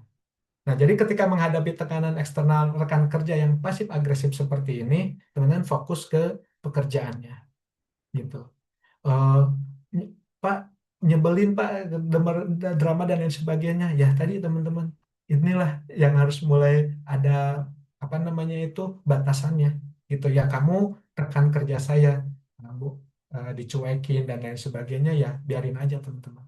Saya waktu pas pertama kali bekerja di industri itu, menyenangkan, punya gaji, punya rekan baru dan lain sebagainya. Tapi atasan saya langsung wanti-wanti, Fit, kamu harus mulai belajar jadi belut, katanya. Nah, ini saya juga nyampein ke teman-teman. Teman-teman nanti di dunia kerja mulai mulai masuk jadi belut. Belut itu apa? Agak licin dipegang, gitu. Jadi jangan ikut masuk ke dramanya. Kalau enggak, teman-teman mulai repot tuh, gitu ya. Jadi ini mulai belajar tegas, namun tetap tenang. Ya, ya. Jadi prakteknya untuk materi kelas ini teman-teman nggak ada ujiannya. Ujiannya di dunia nyata yang sebenarnya, gitu. Ketika menghadapi seperti ini. Gitu. Nah, bagaimana dengan komplain pelanggan kasar? Nah, ini teman-teman ketika ada yang komplain, gitu ya, bukan berarti dia menyerang individunya, ingat, tapi memang menyerang produknya atau jasanya dan lain sebagainya. Jadi fokusnya dari lebih ke pekerjaannya, bukan ke orangnya. Karena kalau nyerang ke pribadinya, nah itu yang jadi permasalahan, emosi kita yang terganggu. Apalagi udah misalnya nyebut-nyebut hal yang jelek, ngejelek-jelekin kita bodoh, apa kata-kata kasar lah yang keluarnya, gitu ya. Nah, berarti ini komplainnya udah kepada menyerang ke diri, gitu ya. Nah, untuk ini rekan-rekan memang sebagai tugasnya dengarkan dulu, tapi tetap sampaikan kepada atasan. Ya pelanggan ini bukan hanya dari luar ya, kadang pelanggan kita siapa? Rekan kerja kita. Atau misalnya kita buat laporan ke beda divisi atau beda pekerjaan. Nah ini kadang komplainnya itu kasar banget. Terus kita bilang, nanti kalau kamu salah, aku marahin lagi. Nggak, akhirnya jadi drama teman-teman gitu. Bukan nggak bisa kerja, tapi justru karena dramanya. Nah untuk menghilangin drama, kita nggak ikut-ikutan ke arah sana. Karena teman-teman profesional gitu. Nah, jadi kalau reaksi biasa nih sebelum ada pelatihan ini, atasan data kamu salah semua, kerjain ulang, gitu ya. Kalau hati sebelumnya, duh galak banget sih. Emang dia nggak tahu apa yang apa saya udah lembur. Lalu kamu mengerjakannya sambil marah-marah sama nangis. Tapi ketika teman-teman pakai pendekatan Zen respon atau setelah pelatihan ini, data kamu salah semua kerjain ulang. Teman-teman ketika ada stimulus ini, itu yang diserang bukan pribadi, tapi pekerjaannya. Jadi bukan pribadi tapi memang skillnya aja teman-teman. Kalau skill bisa belajar dan namanya skill itu bisa ditingkatkan ada level beginner sampai advance ya gitu. Ya dari mulai awal itu tinggal dipelajari. Kemudian, nah ini sebagai generasi Zen nantinya gitu ya.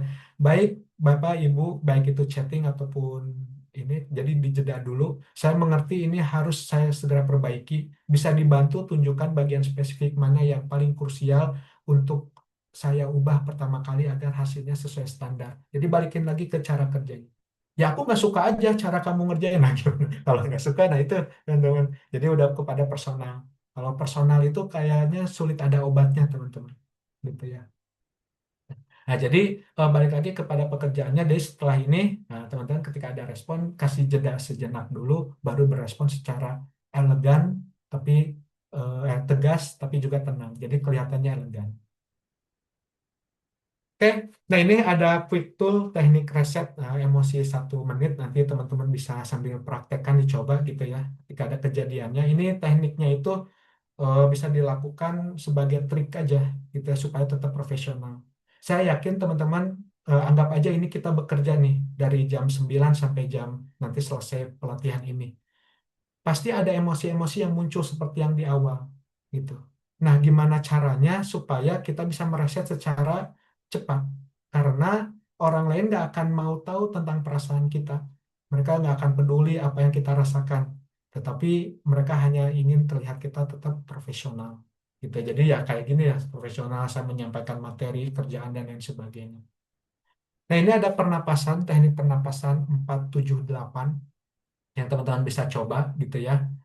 Jadi ketika ada kejadian tertentu yang membuat teman-teman tadi stimulusnya muncul, kemudian fisiknya mulai kerasa gitu ya muncul. Nah, pertama, tarik napas 4 detik lewat hidung, rasakan ketenangan masuk. Jadi nanti silakan nanti kita coba ya teknik ini. Kemudian tahan 7 detik, biarkan oksigen menenangkan saraf-sarafnya.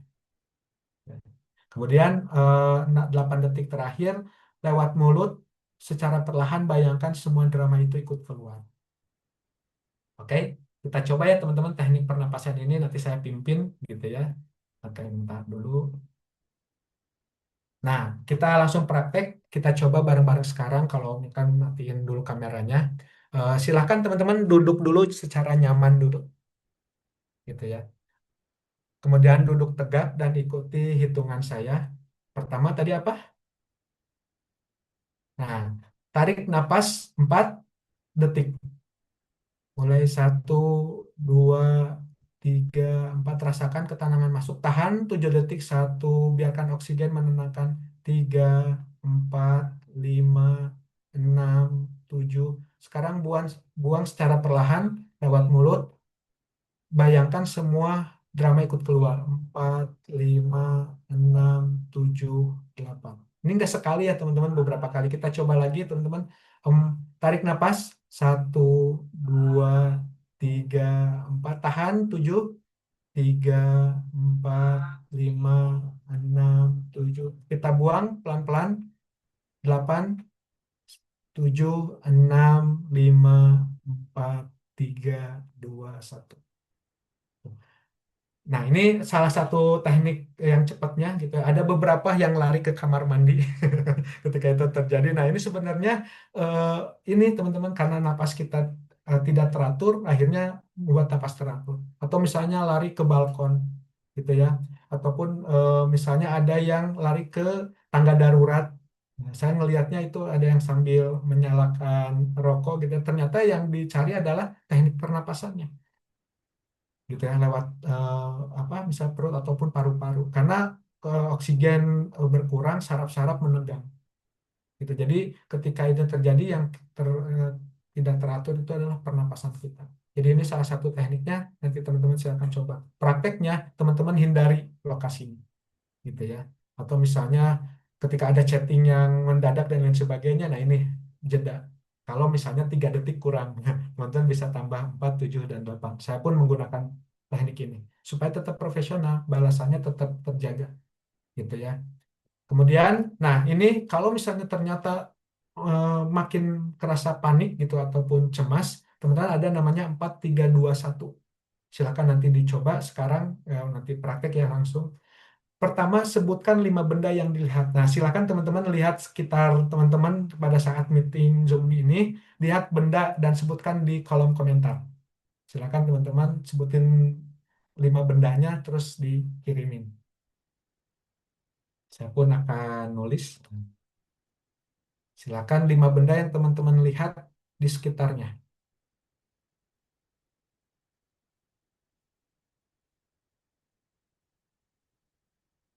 Laptop, keyboard, HP, buku, meja. Oke.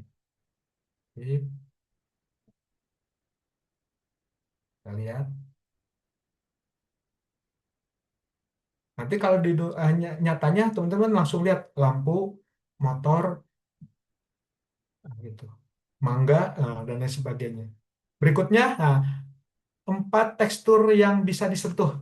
Teman-teman coba pegang bagian teksturnya, bisa kulit, bisa meja, bisa apa ya, handphone, bisa makanan. 4 tekstur yang bisa disentuh ataupun besi yang ada di sana gitu ya. Saya ngeliat tekstur printer, nah, lampu sorot, nah gitu ya. Teksturnya dirasakan sama tangan teman-teman. 4 gitu ya. Kemudian 3 suara yang didengar. Teman-teman boleh tulis 3 suara yang didengar. Ada tukang dagang, gitu. Ada tukang dagang bajigur, ada suara Vitali, ada suara saya, kemudian ada suara burung. Berikutnya 2 aroma yang tercium. Oh, ternyata ada yang sedang masak, gitu ya. Tercium sampai ke sini.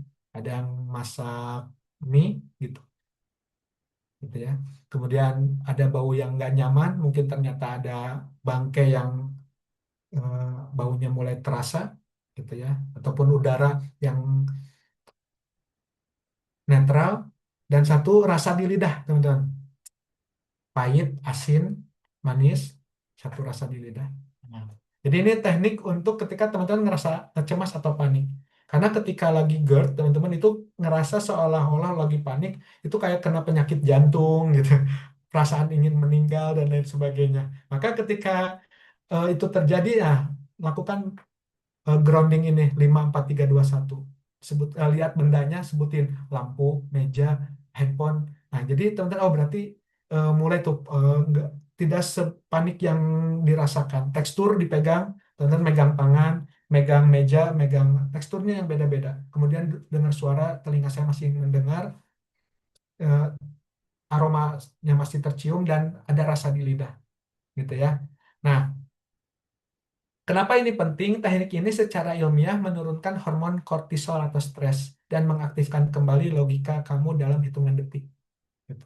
Karena pada saat panik itu teman-teman ya apa? Kadang kita di luar kendali kita. Jadi teman-teman ada beberapa jeda ya. Apa? Ada teknik pertama yang pause 3 detik. Kalau misalnya ternyata kurang, tadi pakai pernapasan 4, 7, 8. Nah, kalau misalnya teman-teman masih belum tenang, pakai grounding 5, 4, 3, 2, 1 untuk pendekatan secara psikologis dan manajemen. Mungkin lebih dalamnya ada pendekatan spiritual dan lain sebagainya. Gitu. Hanya saja ini secara tekniknya. Jadi apa yang teman-teman rasakan setelah 1 menit tadi, lebih tenang dan fokus, nah, gitu ya. Jadi itu yang bisa teman-teman lakukan ketika ada stimulus yang membuat kita tidak nyaman, terutama di dunia kerja ya, pada saat dunia kerja.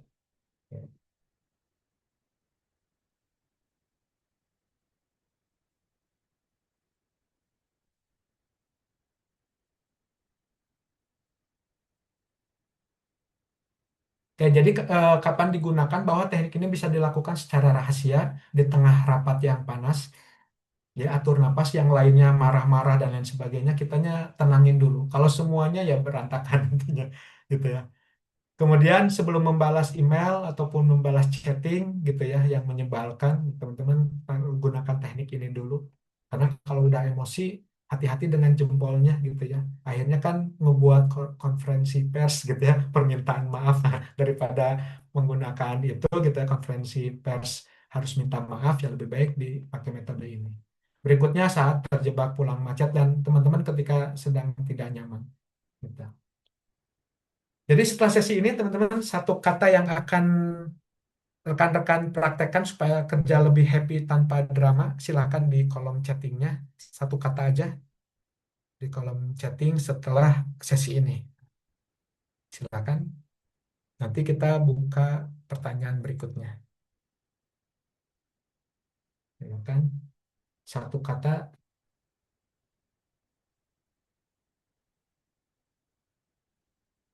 Oh ini ya, nanti kita bahas juga mendengar apa. Saya eh,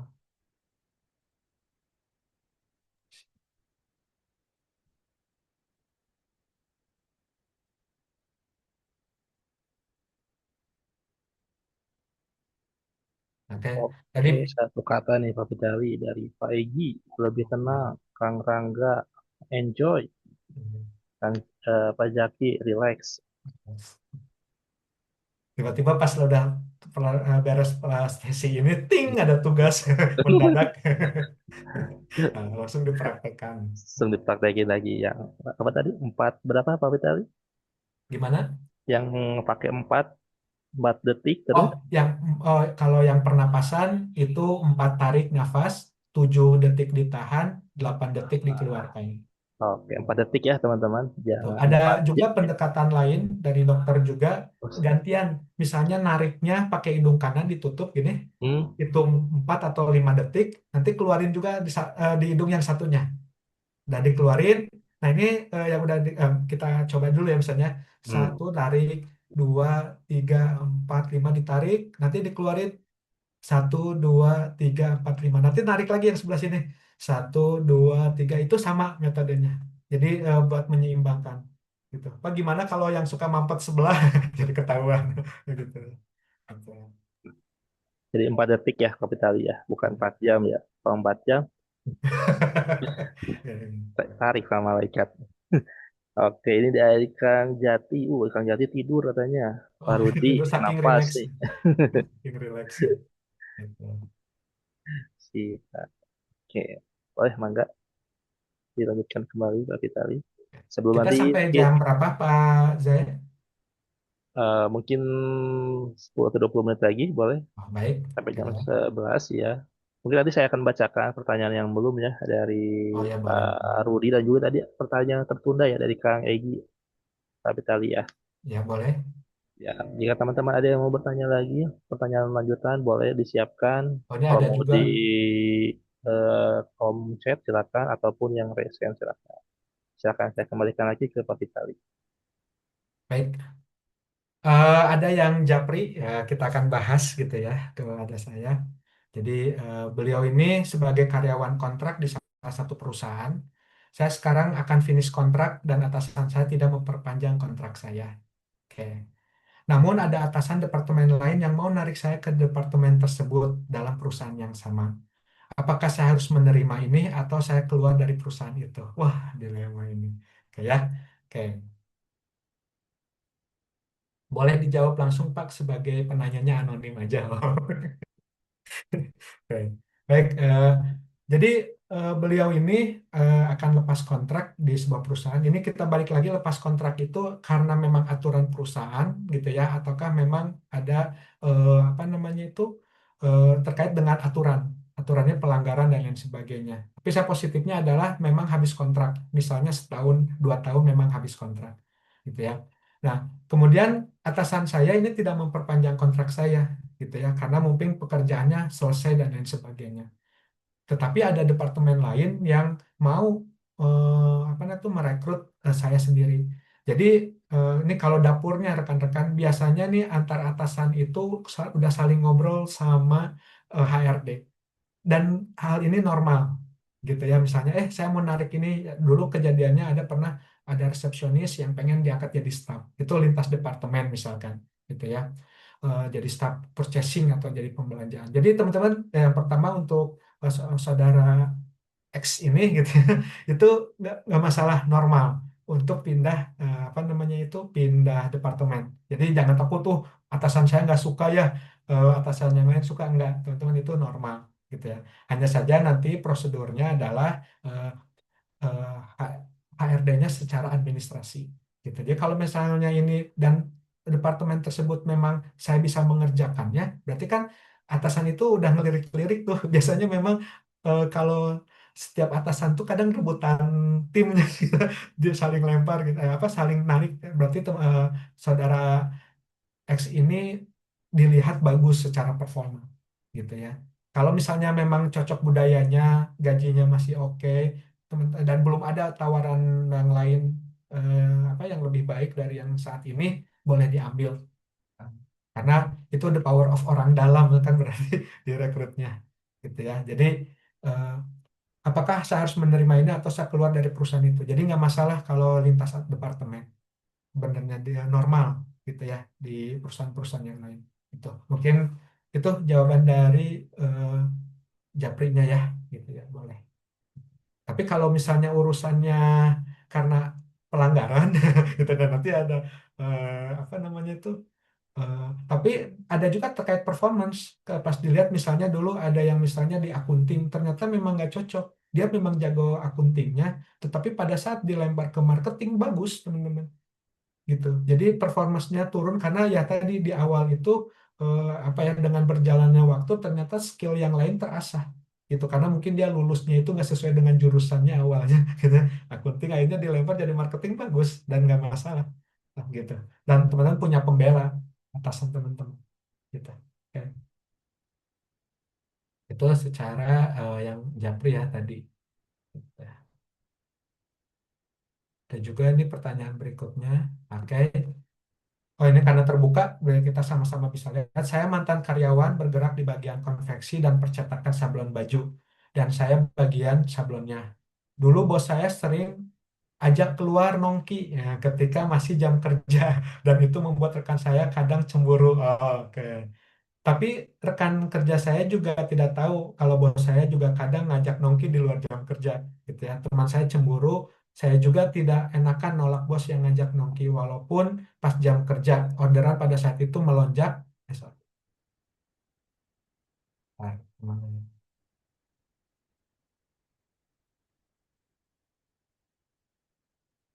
Chattingannya. Waktu itu saya memilih resign dan mencoba membuka usaha sendiri, tapi jika waktu itu saya tidak memilih resign, hal apa yang saya dilakukan? Karena sudah terjadi, ya tentu jadi bosnya gitu ya. Tapi ini anggaplah buat apa ya, hikmah atau pembelajaran buat yang lain. Ketika ya tadi bos itu melihat dari dua sisi. Pertama kerjaan kita, yang kedua adalah tadi informal. Informalnya macam-macam ya, karena hobinya sama, misalnya mancing, suka minuman kopi gitu, suka uh, atasan saya ada yang suka clubbing teman-teman gitu ya. Oh macam-macam gitu.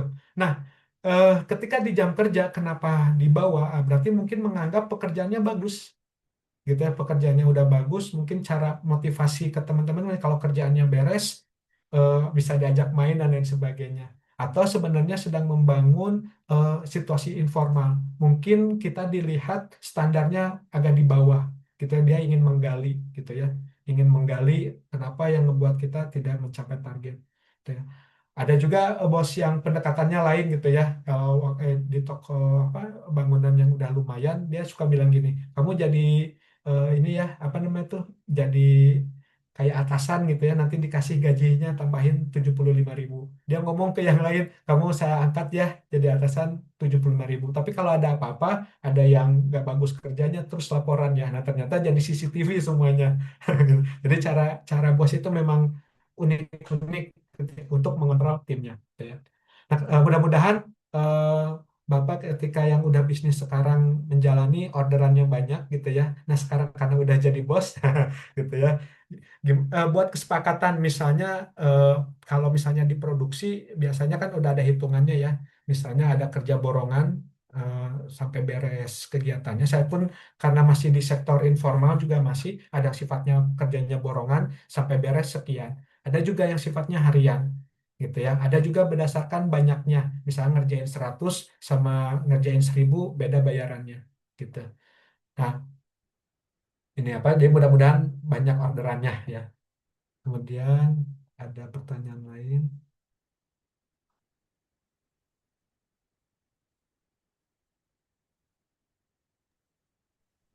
Jadi Pak Oh, Fitri dari Kang Egi. Dari Kang Egi. oh, Kang Egy. Saya ini bekerja. Oh, oke.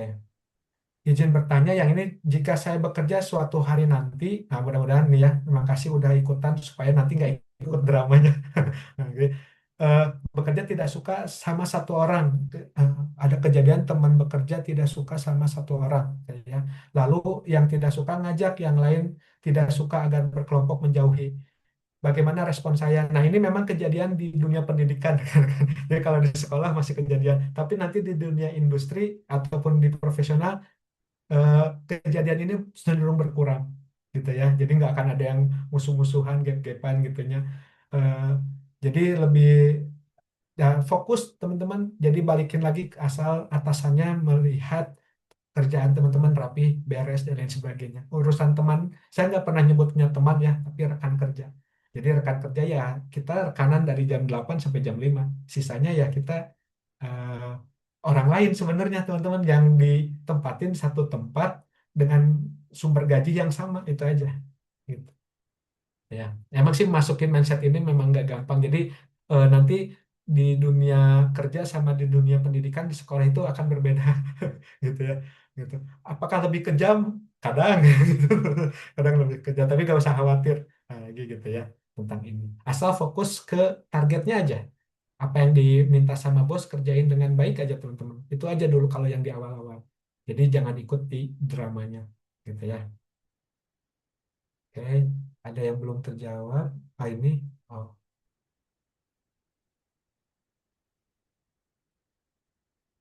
oke.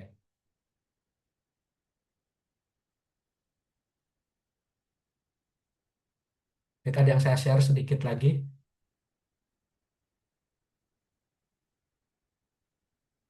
Nah, jadi rekan-rekan di dunia profesional kita kembalikan mengapa kita perlu mengelola emosi. Yang pertama, agar menjaga kesehatan mental kita. Ya tidak burn out karena katanya ke psikolog ke psikiater mahal mendingan di nongkrong di salah satu kafe dan lain sebagainya tapi tetap itu hanya pengalihan saja kita sekarang udah punya perisai silakan teman-teman nanti aktifkan perisainya ketika hal itu terjadi kalau nggak terjadi gimana ya bagus berarti budaya di tempat kerja itu udah bagus gitu ya berarti kita checklist ya berarti gitu untuk menjaga kesehatan mental kita. Kemudian meningkatkan profesional. Ya, tadi ketika kita selalu menjawab secara profesional, secara kemudian kerjaannya kita bagus, di harga apa atasan mengakui pekerjaan kita, maka akan meningkatkan profesionalisme dan reputasi kita. Gitu ya. Orang yang profesional dan reputasinya bagus, ya tadi kejadiannya tetap dipertahankan gitu ya. Jadi tetap ujung-ujungnya bukan karena drama, bos juga atau atasan kita mereka akan menyadari kalau penilaiannya like and dislike dia yang akan kena. Karena yang namanya sukses itu nggak bisa sendirian. Atasan ini perlu tim untuk menyelesaikan tugas-tugasnya, gitu ya. Jadi tetap atasan itu akan melihat profesional dan reputasi kita. Jadi checklist, gitu ya, dengan cara menjaga emosi kita.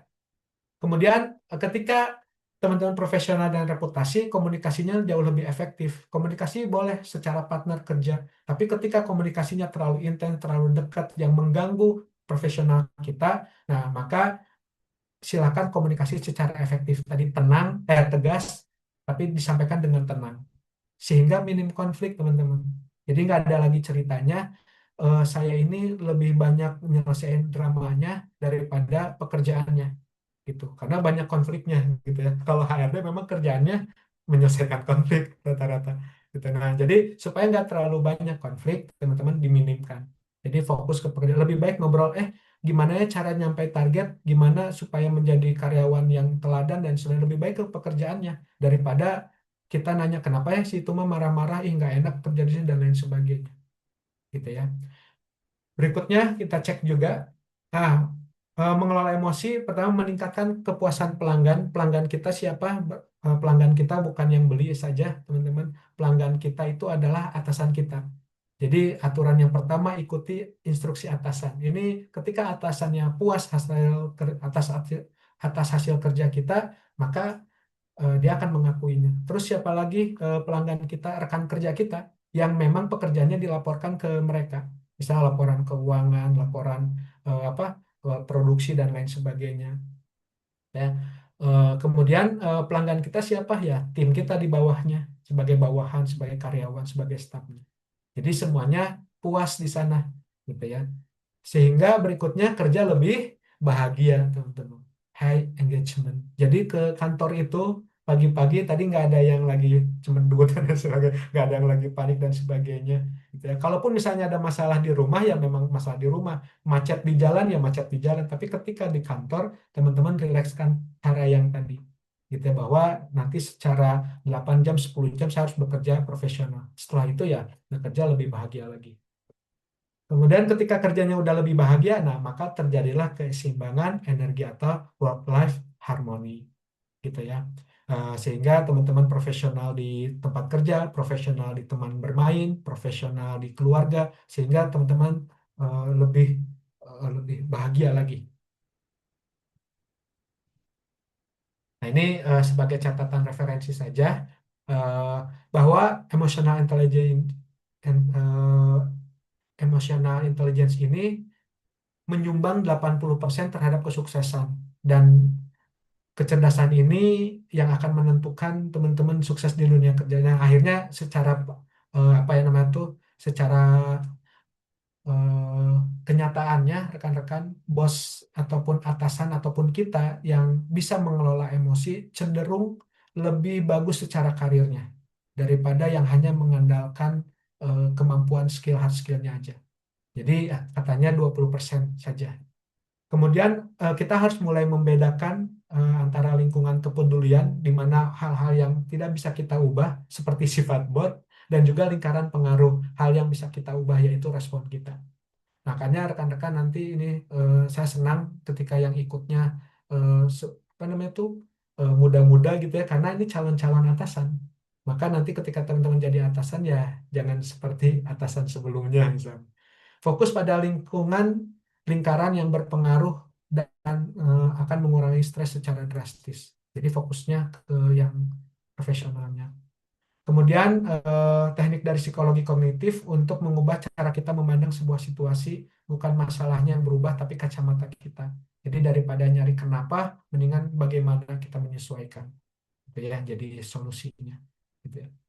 Sampai sekarang sudah berlalu 20 tahun, bos saya tetap jadi bos. Tapi anak buahnya yang berubah-berubah. Gitu ya.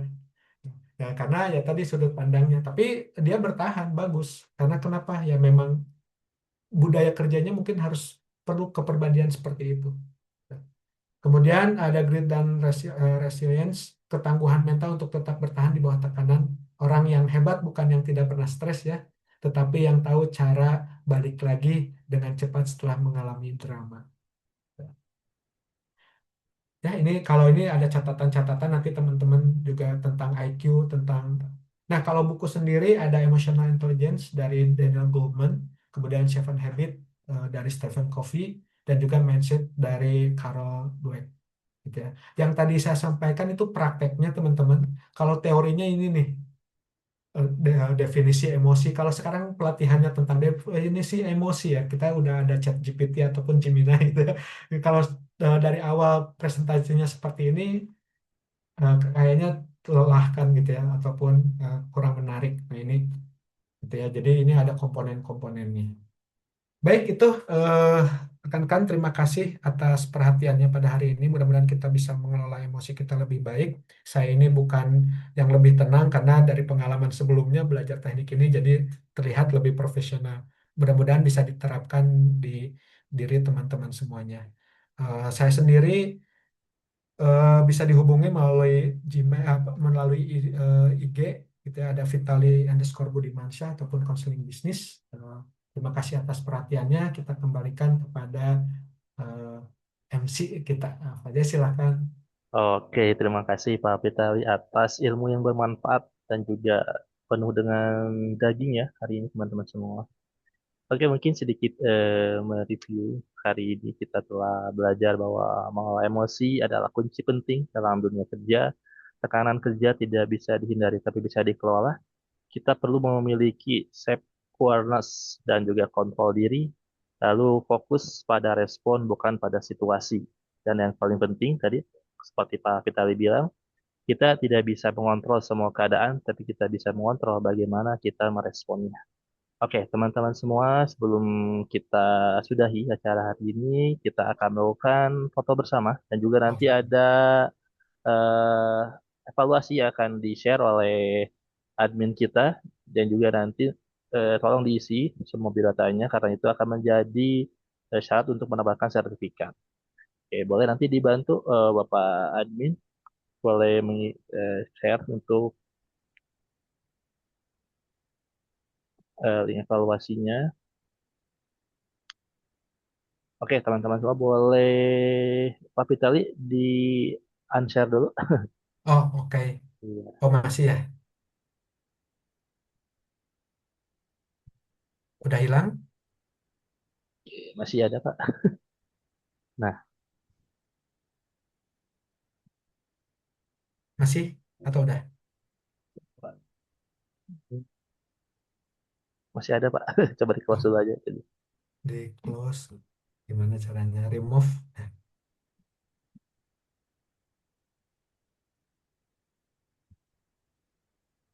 Atau di... Stop share. Stop share aja Pak. Oh, stop. Eh, Tapi udah nggak di sini, udah nggak ada. oke, yap. Oh, Oke, boleh. oke. Boleh jalan teman-teman untuk kameranya kita akan melakukan foto bersama dulu. Silakan mulai dari slide yang pertama ya. Oh, Karena akhirnya cuma ada dua slide. Oke, slide pertama kita mulai satu, dua, tiga. Oke, boleh gaya terbaik teman-teman. oke, terus. Oke, kita mulai dari selanjutnya slide kedua. Satu, dua, Oh, tiga. ada. Oke. Oke, terima kasih teman-teman semua. Untuk teman-teman admin boleh share link evaluasinya sekarang ya.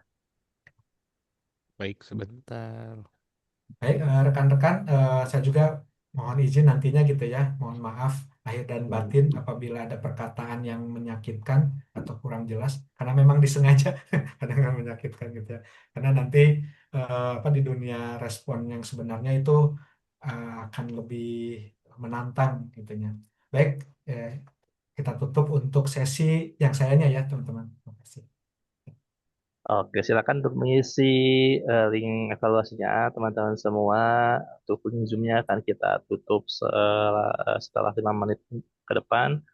Oke, terima kasih kepada Bapak Vitali Budimansyah dan juga seluruh peserta ikhlas yang sudah mengikuti kegiatan kelas ke-38 hari ini. Saya Zilani selaku MC dan moderator, mohon pamit. Semoga ilmu yang didapatkan hari ini bisa langsung dipraktekkan dalam kehidupan sehari-hari. Akhir kata, wabillahi taufiq wal hidayah. Wassalamualaikum warahmatullahi wabarakatuh. Sampai jumpa di kelas berikutnya. Ya.